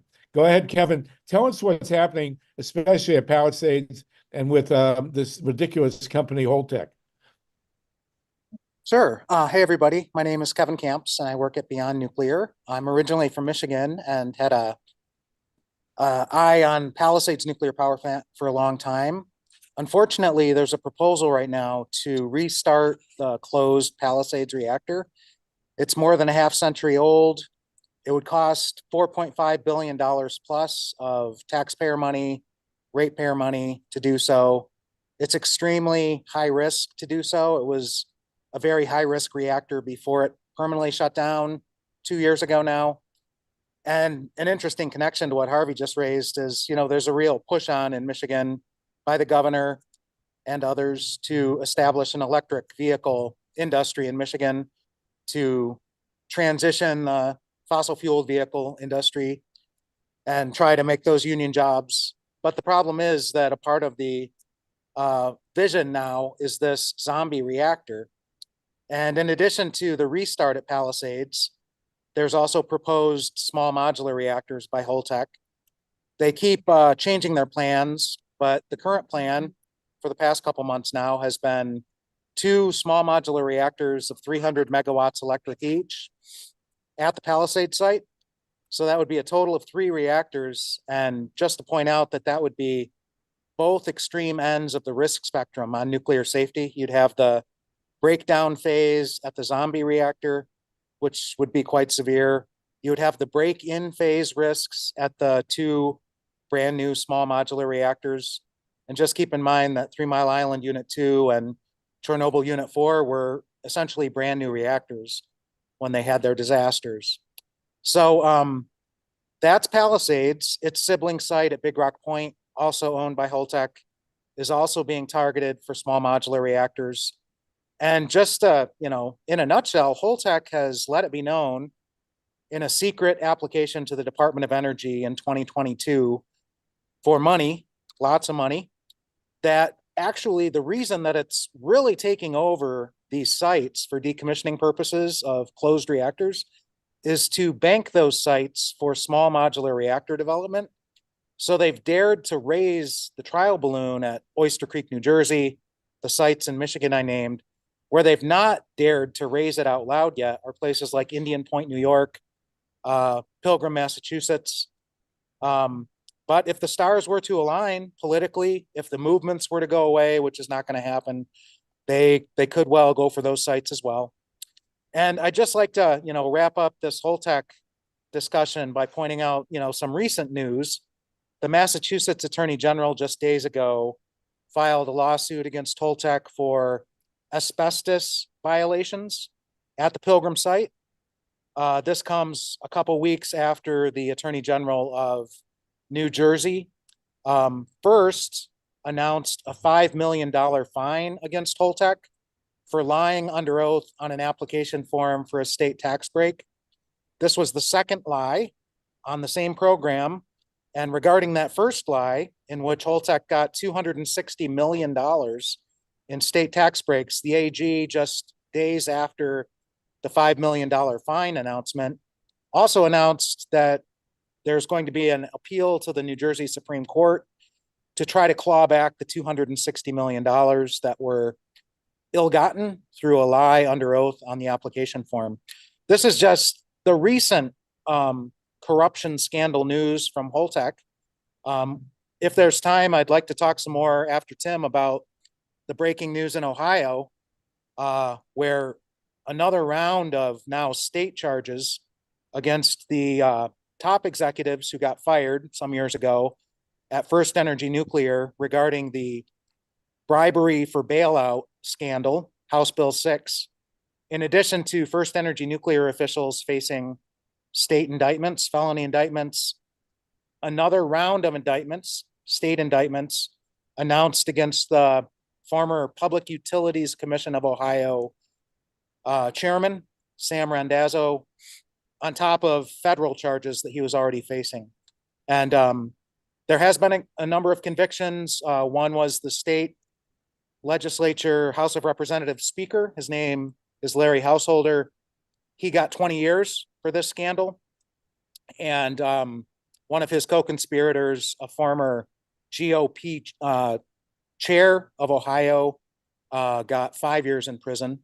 So this kind of nuclear scandal, this nuclear corruption, criminality has reared its head in other places too, South Carolina, Illinois.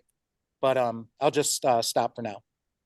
All right, thank you, Kevin. And that's really, in Ohio, we have the former Speaker of the House, the head of the biggest utility in the state, the vice president of the biggest utility in the state, and the head of the Public Utilities Commission, either in jail or headed that way. It's pretty mind-boggling. Tim Judson, do you want to give us an update on small modular reactors and the other stuff you're working on? And then we're going to have a discussion. Well, there's not a lot to say about, the developments of small modular reactors since the last time we talked, because nothing's happening really except for a bunch of talk. So, I think that, what Kevin is describing happening at, at Palisades, and there's a lot of other sites around the country where there's been, where there's really pointed talk going on about developing these SMRs, and it's taking one of the things it does is that it takes all the air out of the room in terms of actually what we need to be doing to address the climate crisis. Because, now communities, in Appalachia and in Colorado and the Pacific Northwest are, having to fight against these proposals to build these absurdly expensive and, and ridiculous reactors that may or may not ever happen. But that then sort of, doesn't, so the conversation isn't about how are we going to actually transition to renewable energy as quickly as we can, in line with what we all know needs to happen, especially coming off of the last climate summit in December, where 100 or 200 nations agreed that we need to triple renewable energy by 2030. It's ridiculous. Well, here's the situation, and one of the reasons I had you on is today. I mean, you're always welcome. Is that the last atomic reactor in the United States that was under construction has gone online.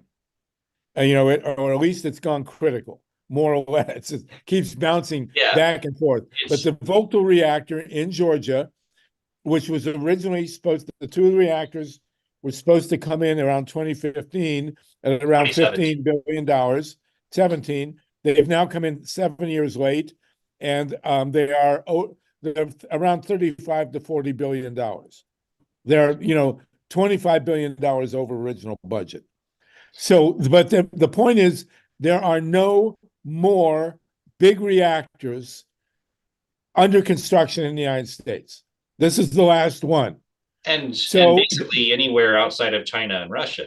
And a few places where Russia is building them in Egypt and Turkey and whatnot. But yeah, there's France is still building. Well, France is still building one reactor that's been under construction for almost 20 years itself, and they just finally brought on one that had been under construction for 20 years last year.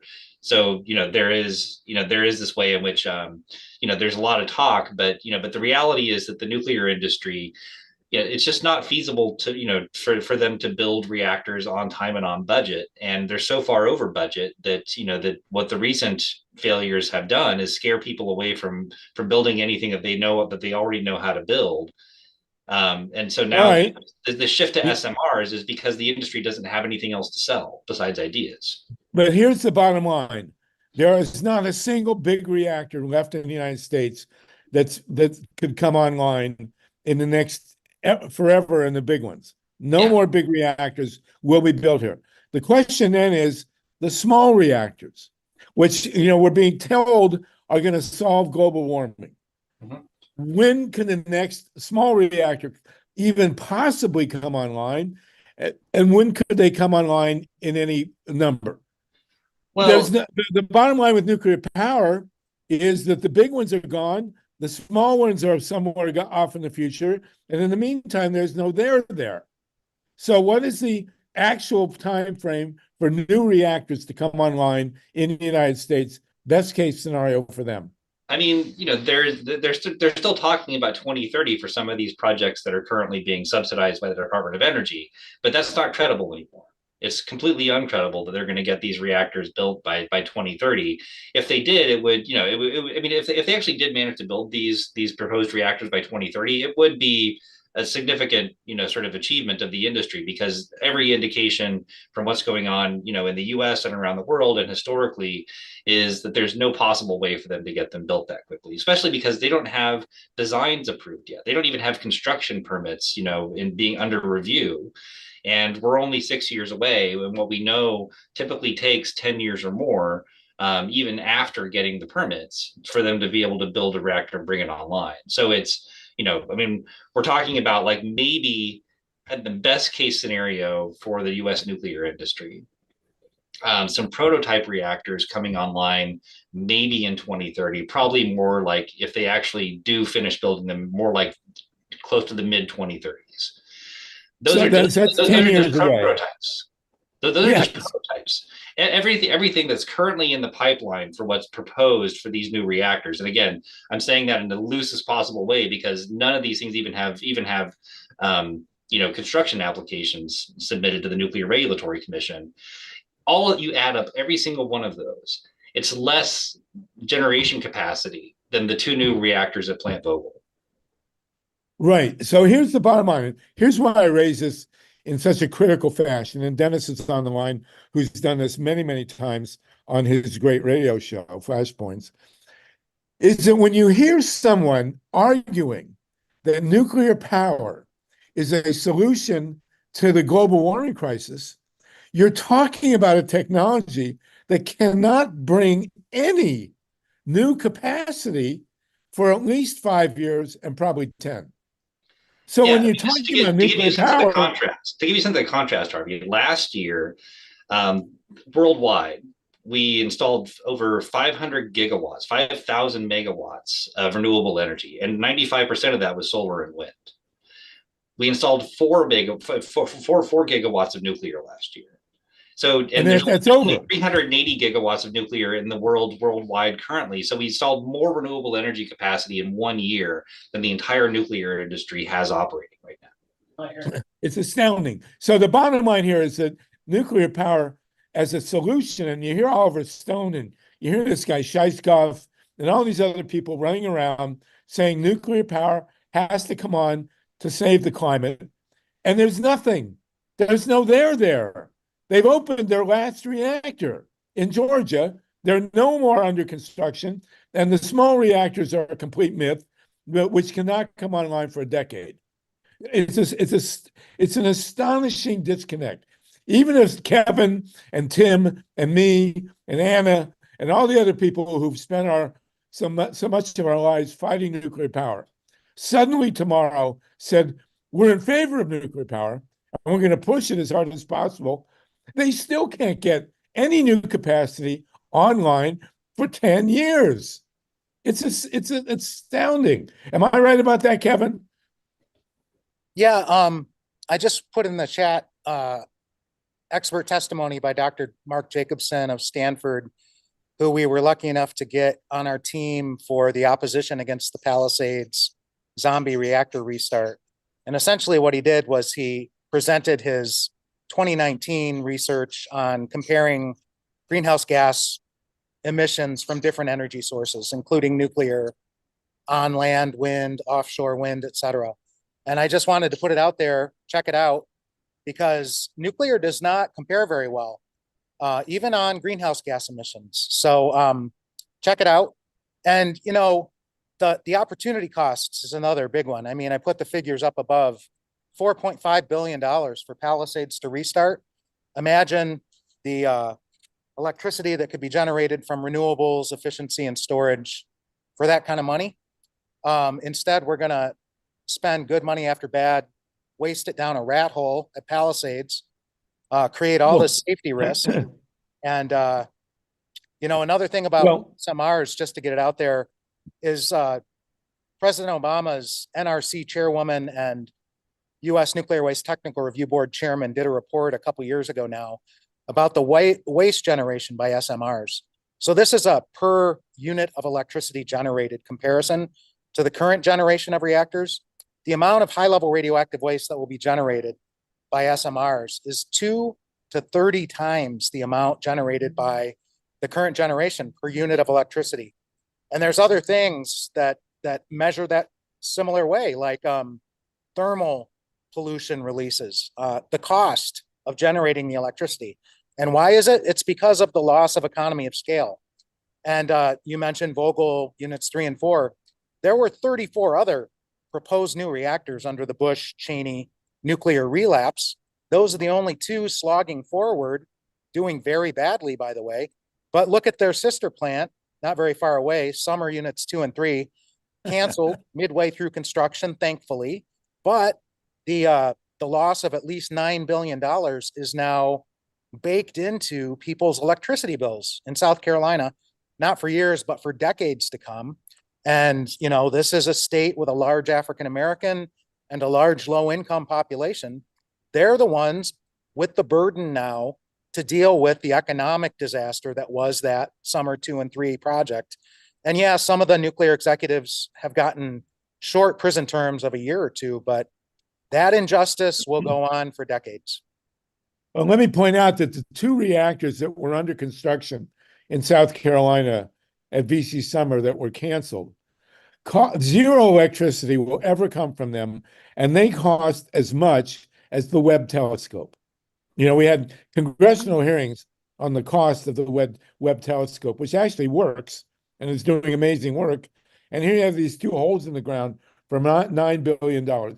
So the point of this discussion is the same. When you hear somebody talking about nuclear power as a solution to global warming, just say, what are you talking about? There's nothing there. And the reactor at Palisades, which has been shut for 2 years, is 50 years old, for God's sakes. It's like taking a car that's been in your front yard for 50 years and the tires are off and the engine is out, and they want to spend billions of dollars to restore this reactor. You've got to be out of your mind. So then the flip side, I know people have their hands, but let me raise this. The flip side is we know solar has come on like gangbusters all over the world. And China installs more new solar capacity every year now than we have nuclear in the entire in the United States. In other words, the entire nuclear capacity is installed the equivalent in China in solar every year. And but here in the United States, and especially in California, they're attacking solar. So we have no nuclear here to deal with the climate crisis, as if it would. And then at the same simultaneously, they're killing the solar industry in California and elsewhere. So the solar 40% of the solar businesses in California are poised to go under. And the drop in solar rooftop installations in California and in other states has plummeted. And then at the same time, they're killing the electric vehicle industry. 40% of the new cars in China now are electric, and less than 4% in the United States. I mean, what a combination. No nuclear, killing solar, and getting rid of electric vehicles. I mean, did these guys take the brown acid? What is going on here? It's insane. Tim and Kevin, I'll let you comment, and then we'll go to Steve, Well, Maya, I and mean, Tatanka. I think, I think all this goes back to, what Kevin, raised a few minutes ago about the corruption scandal in Ohio.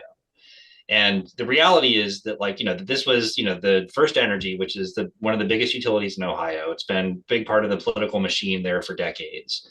They spent, in 2018 and 2019, they spent $60 million bribing various state officials to get in industry terms, this is peanuts, $1 billion nuclear bailout for their two nuclear reactors that had basically bankrupted part of the company.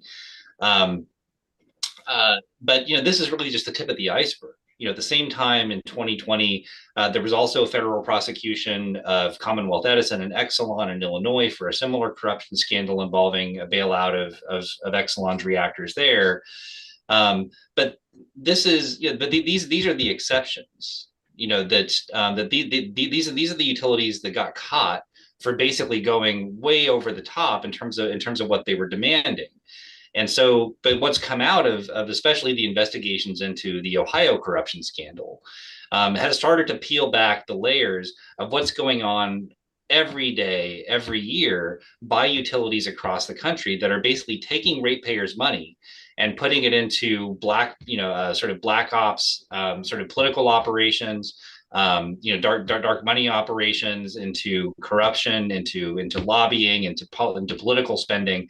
They're using our ratepayer money, right? This is the money that our state regulators authorize them to charge us, that they're taking and oftentimes illegally, but basically everyone's sort of just looking the other way at it. They're putting it into 501c4 dark money operations and doing lobbying campaigns to control energy policy to their liking.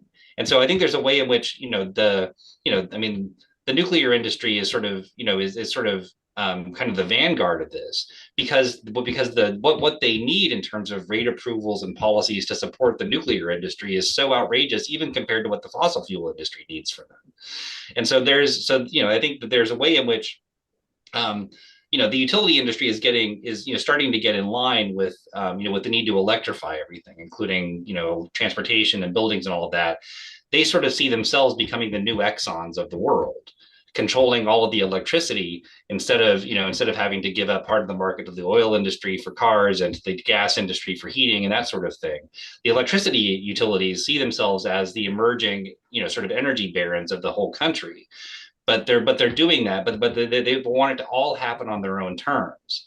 And so the amount of political spending that these utility companies, including PG&E is another great example in California, they're attacking solar because by attacking solar, they're keeping panels off of people's rooftops that then decrease the amount of electricity you got to buy from the utility company. All these things, the utilities are trying to control the outcome of all of it. And this simultaneously death of nuclear and attack on solar only benefits the oil and gas industries. I mean, that's who really is the one making the money here. Kevin, did you want to add? And I'm going to go to Steve, Mila, Tatanka, and Dorothy. Being a Michigander, I have to get back to that car metaphor. So there was a great moment. We had a number of NRC commissioners visit Palisades, just to give you all an idea of how dangerous and controversial this plant is. It all began with Obama's NRC chairman, Greg Yazko, and that's where this story comes from. Kathy Barnes from Don't Waste Michigan was one of our folks on our side of the table. And Chairman Yazko from NRC tried to calm everybody down about the safety risks at Palisades. This was in May of 2012. And he said, hey, look, it's like your car. If your engine light goes on, you don't have to take it to the shop like right that second. I mean, you could do it a few days later. And Kathy Barnes, without missing a beat, and speaking out of turn, I will add, she said, but Chairman Yazko, you can't kill 1 million people with your car. And I think it was a great point. And we've talked about the corruption in Ohio politically, but what about the fact that the Davis-Besse Shield building, which is the final line of defense in a meltdown to try to contain the lion's share of the radioactivity, is on the brink of physical collapse, has been since 1911, if not 1978. It's severely cracked. A small earthquake could be the final blow. Something as small as the daily temperature differential of summertime expanding the concrete, or in the wintertime driving water through the walls with freeze-thaw cycles, could bring that thing down and cause the nuclear disaster. There are safety systems under the shield building where the collapse of the shield building could initiate the meltdown that then the containment can't contain. So right, and we just had a small earthquake at Avila Beach, less than 10 miles from Diablo Canyon. And and where is the insurance on any of these reactors? The big danger here is not building new nukes, it's that they're pushing the old ones over the cliff, for God's sakes. I mean, Palisades, 50 years old, Diablo Canyon, 40 years old. These are people out of their minds. And I like any advocate of nuclear power to be asked, okay, they're so safe, will you put your personal money up to guarantee that in a major accident, that people will be compensated? I'd like to see that. Anyway, go ahead, Steve Caruso, and then Steve Goldsmith. Thank you, Kevin and Tim. You guys are great. Thank you, guys.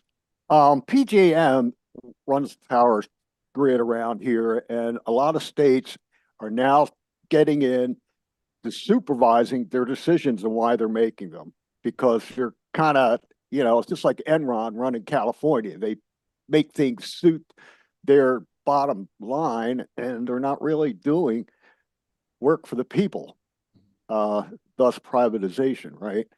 The other thing is that, I don't know, it was Joe Mangano or Gunderson that were saying when they mothballed Palisades that they didn't do it to restart it.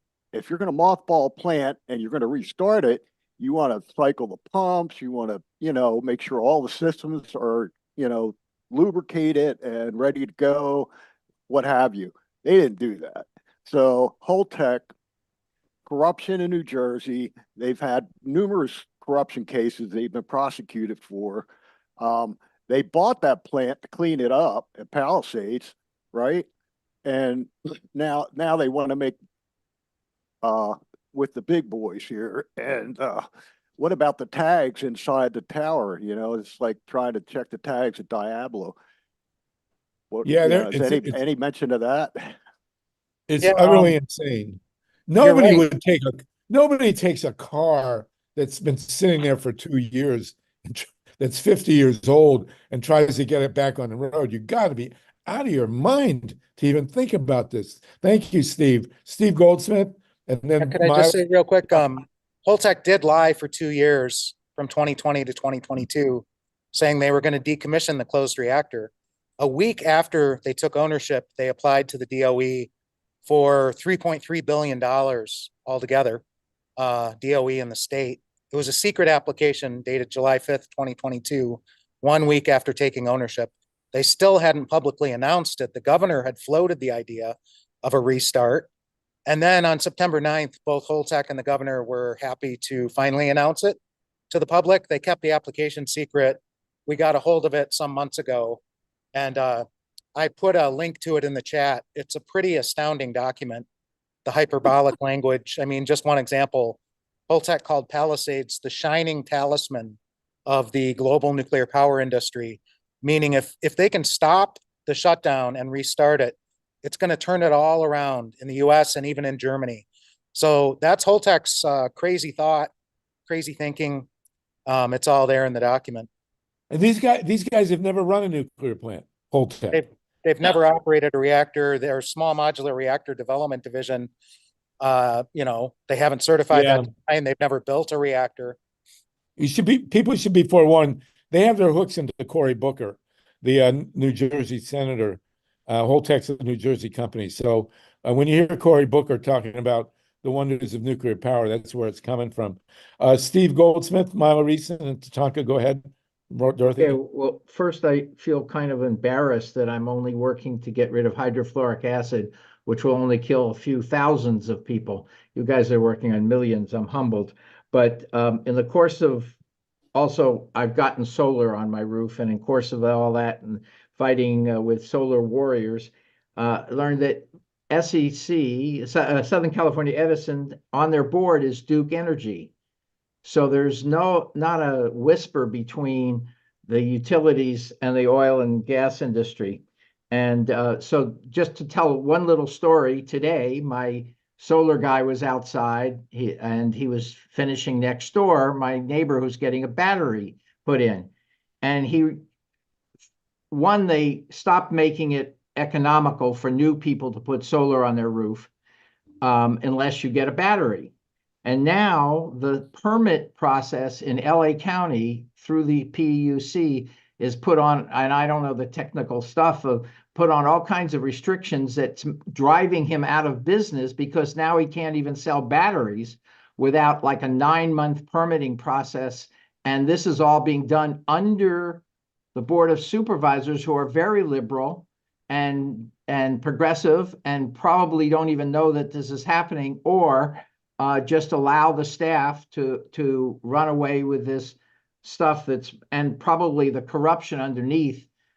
If these guys aren't being paid off the staff, they're planning to eventually go to work for PG&E or Southern California Edison. And my last question I have is, between where these Georgia things got approved, they got started under Bush. No, Obama. No, yeah, they got the legislation that's, a lot of the legislation that paved the way for them was passed under Bush and the Energy Policy Act of 2005, part of the Bush, the Cheney negotiations with the energy industries.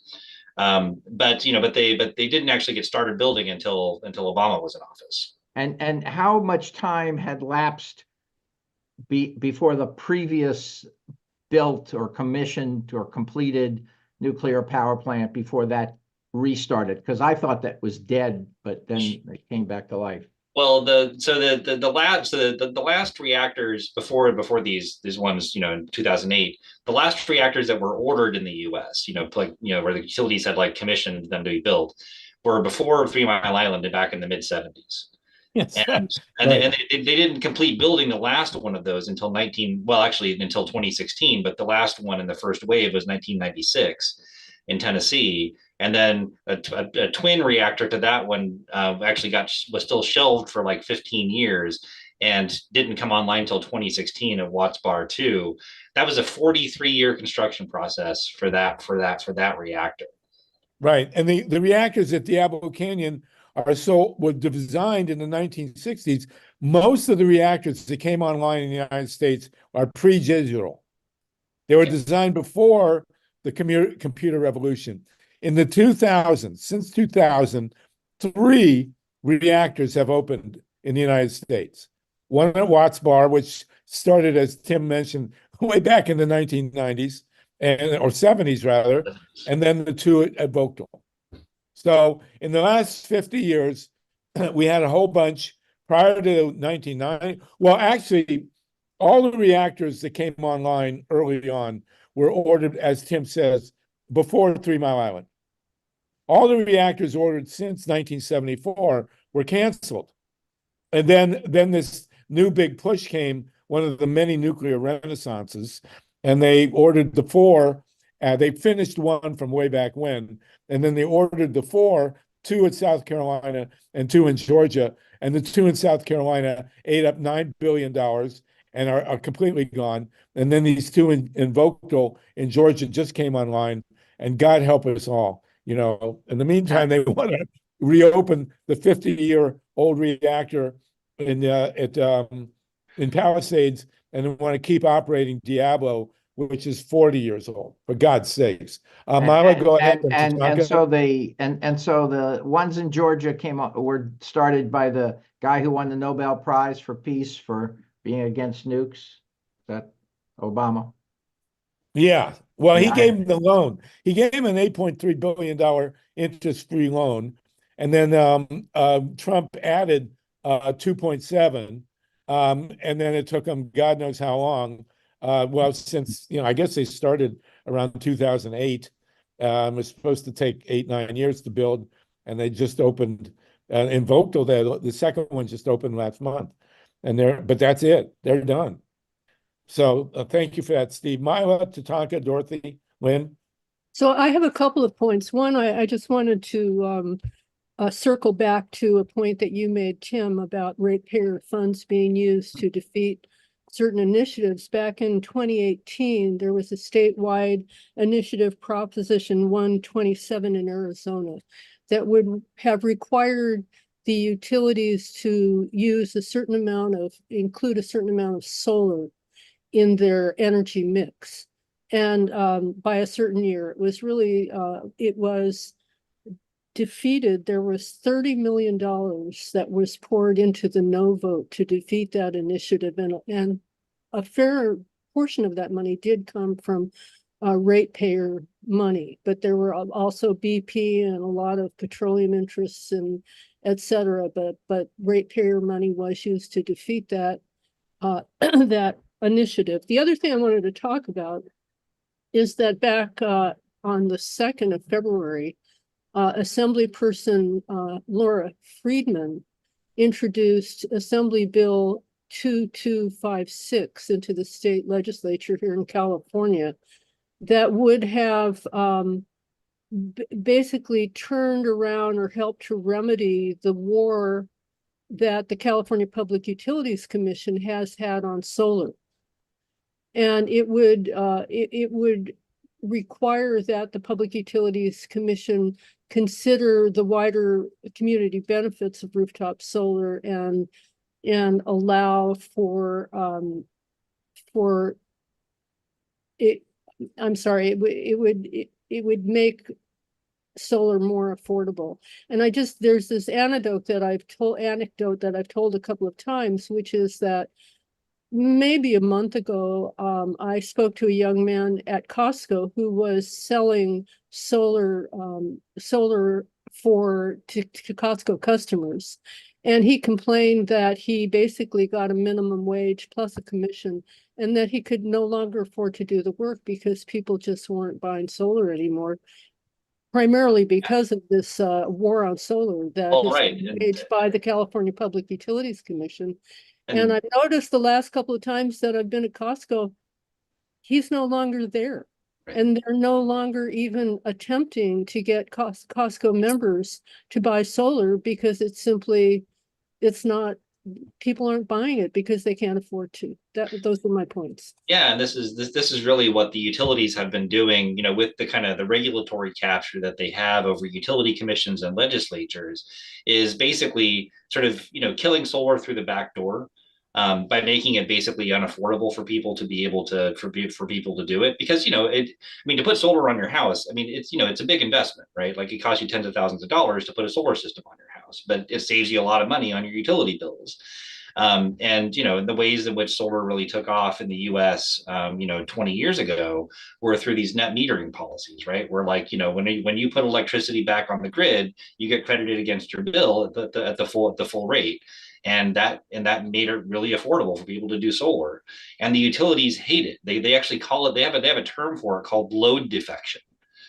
You're defecting. You're defecting. From buying electricity from them. It's like a loyalty test. And so they've really worked hard to get utility commissions around the country to do things like, charge fees for installing solar on your house. But what they've been doing more sophisticated the last few years is getting utility commissions to basically end net metering and create a different rate structure for people's rooftop solar. That just basically makes it unaffordable for people, and then so you've got companies being put out of business. And the same thing is happening to electric vehicles, by the way. There's all this ostensible support for electric vehicles, and the bottom is falling out of the American market. Right. And so this is the total counterattack. All revolutions, there's a counterattack, and this is the counterattack against renewable energy. Let me just add, I failed to mention that the operator who I was referring to in Arizona is the operator of the Palo Verde nuclear power plant. I don't think I said that, but that is the nuclear power plant in Arizona. Right. Which is partially owned by the city of Los Angeles, by the way. And they are the ones, in fact, who poured money into defeating the initiative to increase solar in the state of Arizona. So very good points. We have Tatanka, Dorothy Lynn, Steve, your hands back up. We have 10 minutes, by the way. This is a phenomenal discussion. Next week, we are going to go deep into our guide. I put it in the mailing for today's meeting, the guide on grassroots election campaigning. Wendy is going to be coordinating the very important resource and link section of that. So if you have any, thank you, Steve, if you have anything that you want to add, any links, any changes to this document, it is in what I sent you. You can write me directly at solartopia at Gmail, or Wendy, what is your email address if you want to contribute in any way, shape, or form to this? We're going to launch it next week with Ray and Andrea. Wendy, if you'll give people your email, or you can send it to me. We want to add everything we possibly can in this coming week into this document. Go ahead, Wendy. It's there. Wendy Led. Thank you. It's Wendy Led at Gmail, WENDILED at gmail.com is my email. Send me And what it you shows need. you, Wendy, yes. So Wendy's going to be compiling this and showing her support by having LED lighting as well as LED in her name. So it's at WENDILED at what?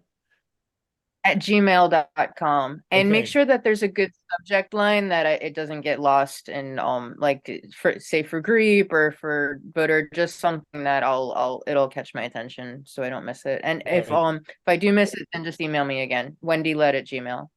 And you can email me, solartopia at Gmail as well. And Tim and Kevin and also Carl, I'm going to send you guys a draft article about this that I'd really like you to comment on, if you would, please. Okay, we got 9 minutes. Tatanka, Dorothy, Lynn, and Steve, what a great discussion. Go ahead, Tatanka, please. Yeah, I have one quick question for you, Harvey, and an idea. And then I don't know if we still have Kevin on, and I have 2 questions for both Kevin and Tim are both with us.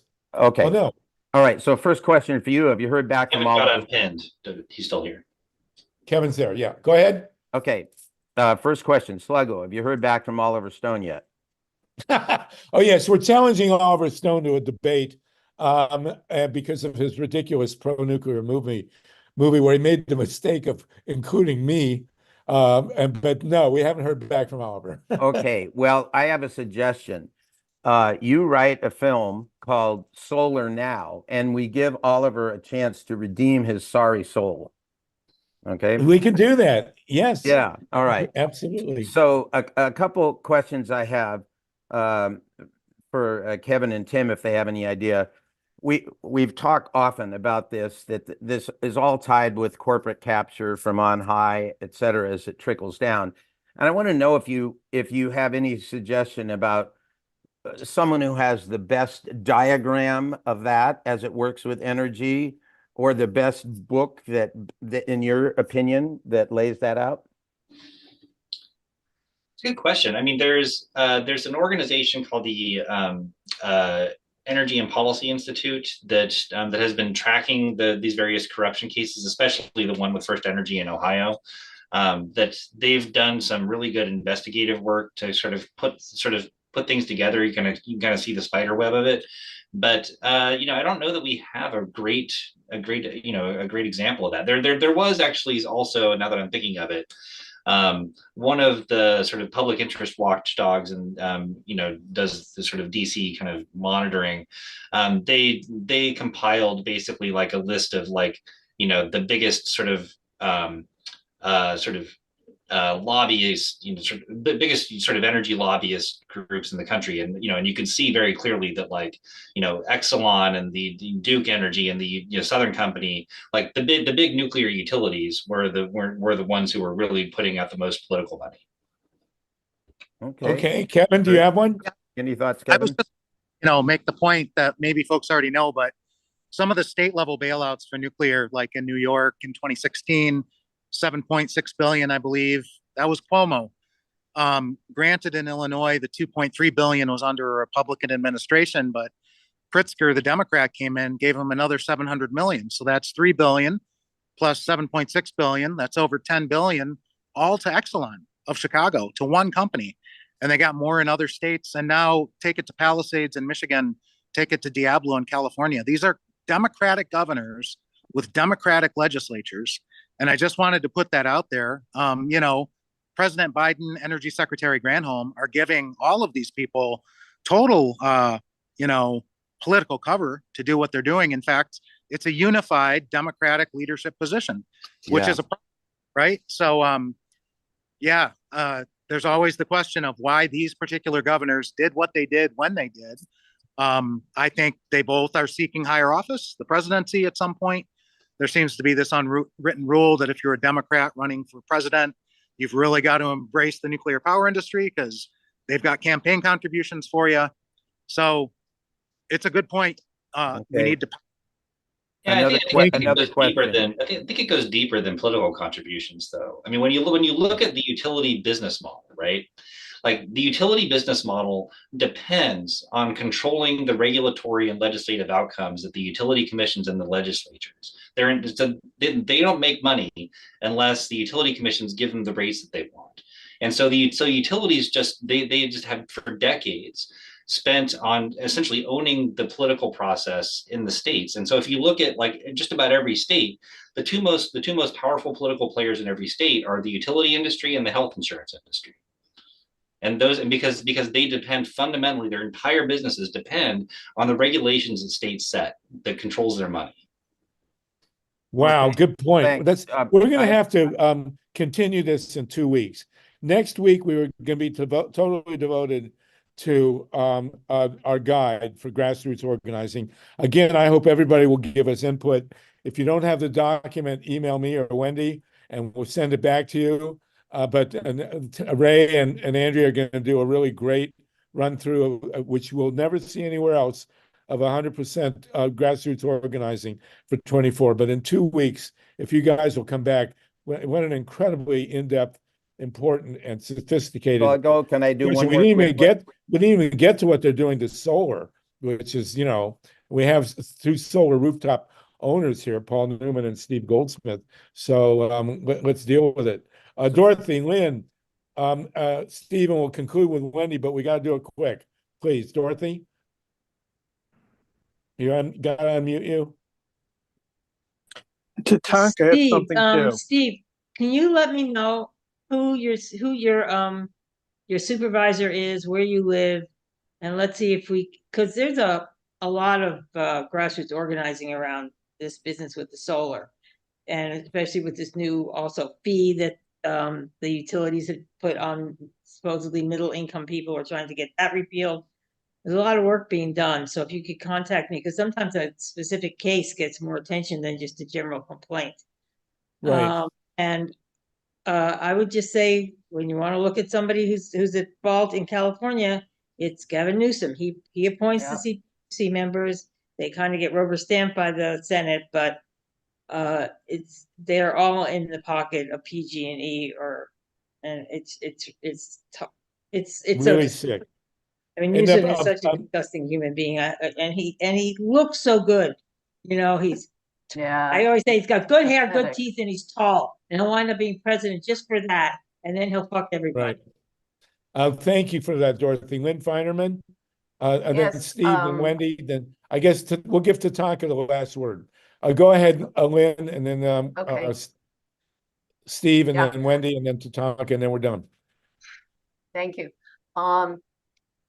On my cell phone, there was an article about how scientists are now discovering, I think they're American scientists, so perhaps it's even more suspect than I suspect, but they're discovering that the wolves in Chernobyl have recovered from radioactivity in a few generations and are now immune to cancer. That's what they are speculating. This is on my news feed, and I'm concerned about it, because with all the misinformation and all the disinformation and all the manipulation through media, I'm wondering, what Tim and Kevin think of that article, think of the science or so-called science behind it, and of the usefulness or uselessness of it. It's because they've had so many Russian soldiers to eat. That's where it's at. Because we did Tim and Kevin. I mean, I've done 50 years of looking at these health issues, and it's utterly ridiculous. But go ahead, Tim and Kevin, if you want to jump in on that. Thank you, Lynn. Well, I would point to somebody like Timothy Mousseau, world-renowned biologist who's done a large number of peer-reviewed studies in Chernobyl, also in Fukushima. And what Timothy Mousseau and his colleagues are finding is a little different than that claim. What they're finding is mass ecological decline in these places. I mean, one of the more shocking studies that Mousseau did, he entitled essentially zombie forests. And what he meant was the microbes that are supposed to break down plant matter in forests, dead trees and such, are simply absent from the ecosystem. So what's happening is the forests, yes, the plants and the trees, they die eventually, and they just pile up and they become kindling for forest fires, which is a problem because the entire landscape is saturated with radioactive contamination. And when these fires happen, they then it sends radioactivity back up in the smoke, and it blows with the wind, and it contaminates new places downwind that weren't contaminated before, potentially. So it's just, Right. It's kind of like the claim that Chernobyl is a giant wildlife refuge. Oh, isn't it great? There's all these endangered species in the Chernobyl zone. I met a Belarusian biologist once who was working in the areas of the abandoned villages. He came around the corner and saw 50 black storks, which are an endangered species. Instead of being joyful that black storks had a place away from humans to harm them, he was horrified because their endangered genetics were now being bathed in hazardous radioactivity. So Right. they've been lying about Chernobyl since it began. Absolutely. Steve Tatanka will be the last, and then Tim will give you another word. Steve Goldsmith. I would like Steve, by the way, Steve, you and Paul, if you'll contact me and Myla, we'll have you to talk about your solar rooftops on Wednesdays, KPFK show at Pacifica. So contact us, please. It's at 5 o'clock Pacific. Go Okay. ahead. Well, I could also suggest some things that people could do about promoting electric cars. But when you were talking about the alliance that is producing these results, you left out the building trade unions. In our experience with fighting HF, the decisive thing was the building trades united with the refinery, and they actually have an agreement in California with the Western States Petroleum Association to carry their message into the Democratic Party and ensure that nothing gets passed in the state legislature. And this is from a legislator told me this, that WISPA doesn't agree with. The building trades make sure that the Democrats, which are almost a super majority, I think, in California, won't support that. And that's what's happened with HF. Yes, last Saturday, Maxine Waters announced she's going to introduce federal legislation, but it's probably the same all across the country, that the very conservative building trade unions unite with the oil industry to make sure that the Democrats don't get too far into doing things that will harm the oil industry. Well, and they also, the big building trades unions oppose rooftop solar because they want the solar to come from big facilities out in nature. They have not bothered to unionize the solar installers, rooftop installers, and so they oppose rooftop solar. It's ridiculous. Tatanka, and then Tim will give you the last word, and then we got to go. It's been an incredibly great session. Sluggo, Yeah. Wendy has a real quick announcement, so give her the last word. Okay, go ahead, Tatanka, then Wendy, and we'll reconvene in a week. Has there ever been proposed a debt forgiveness program for ratepayers? Because People should not have to pay for this. We weren't consulted. It's against our will.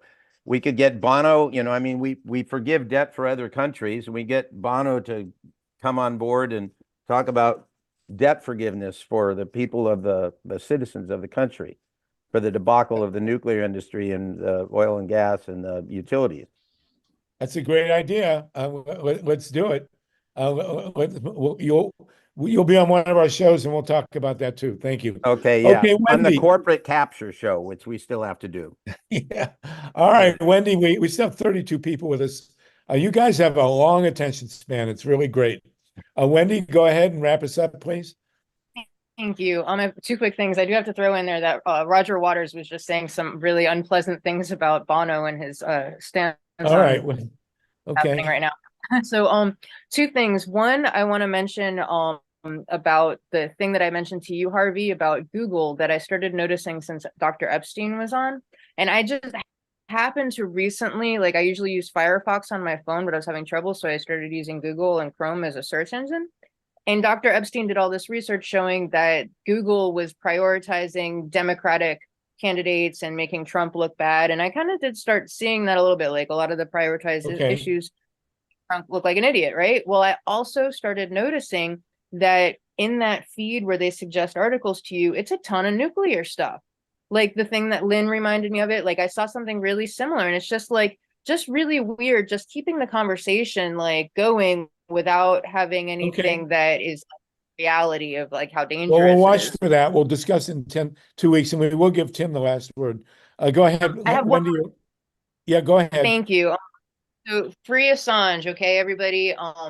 And Assange, part of the WikiLeaks documents were related 285,000 documents released just on nuclear issues alone, with leaching of uranium and the weapons and all that. So worth checking out those WikiLeaks documents. Tomorrow is day X, the final extradition hearing in UK. He faces 175 years. He's spent 13 years in captivity without even being charged.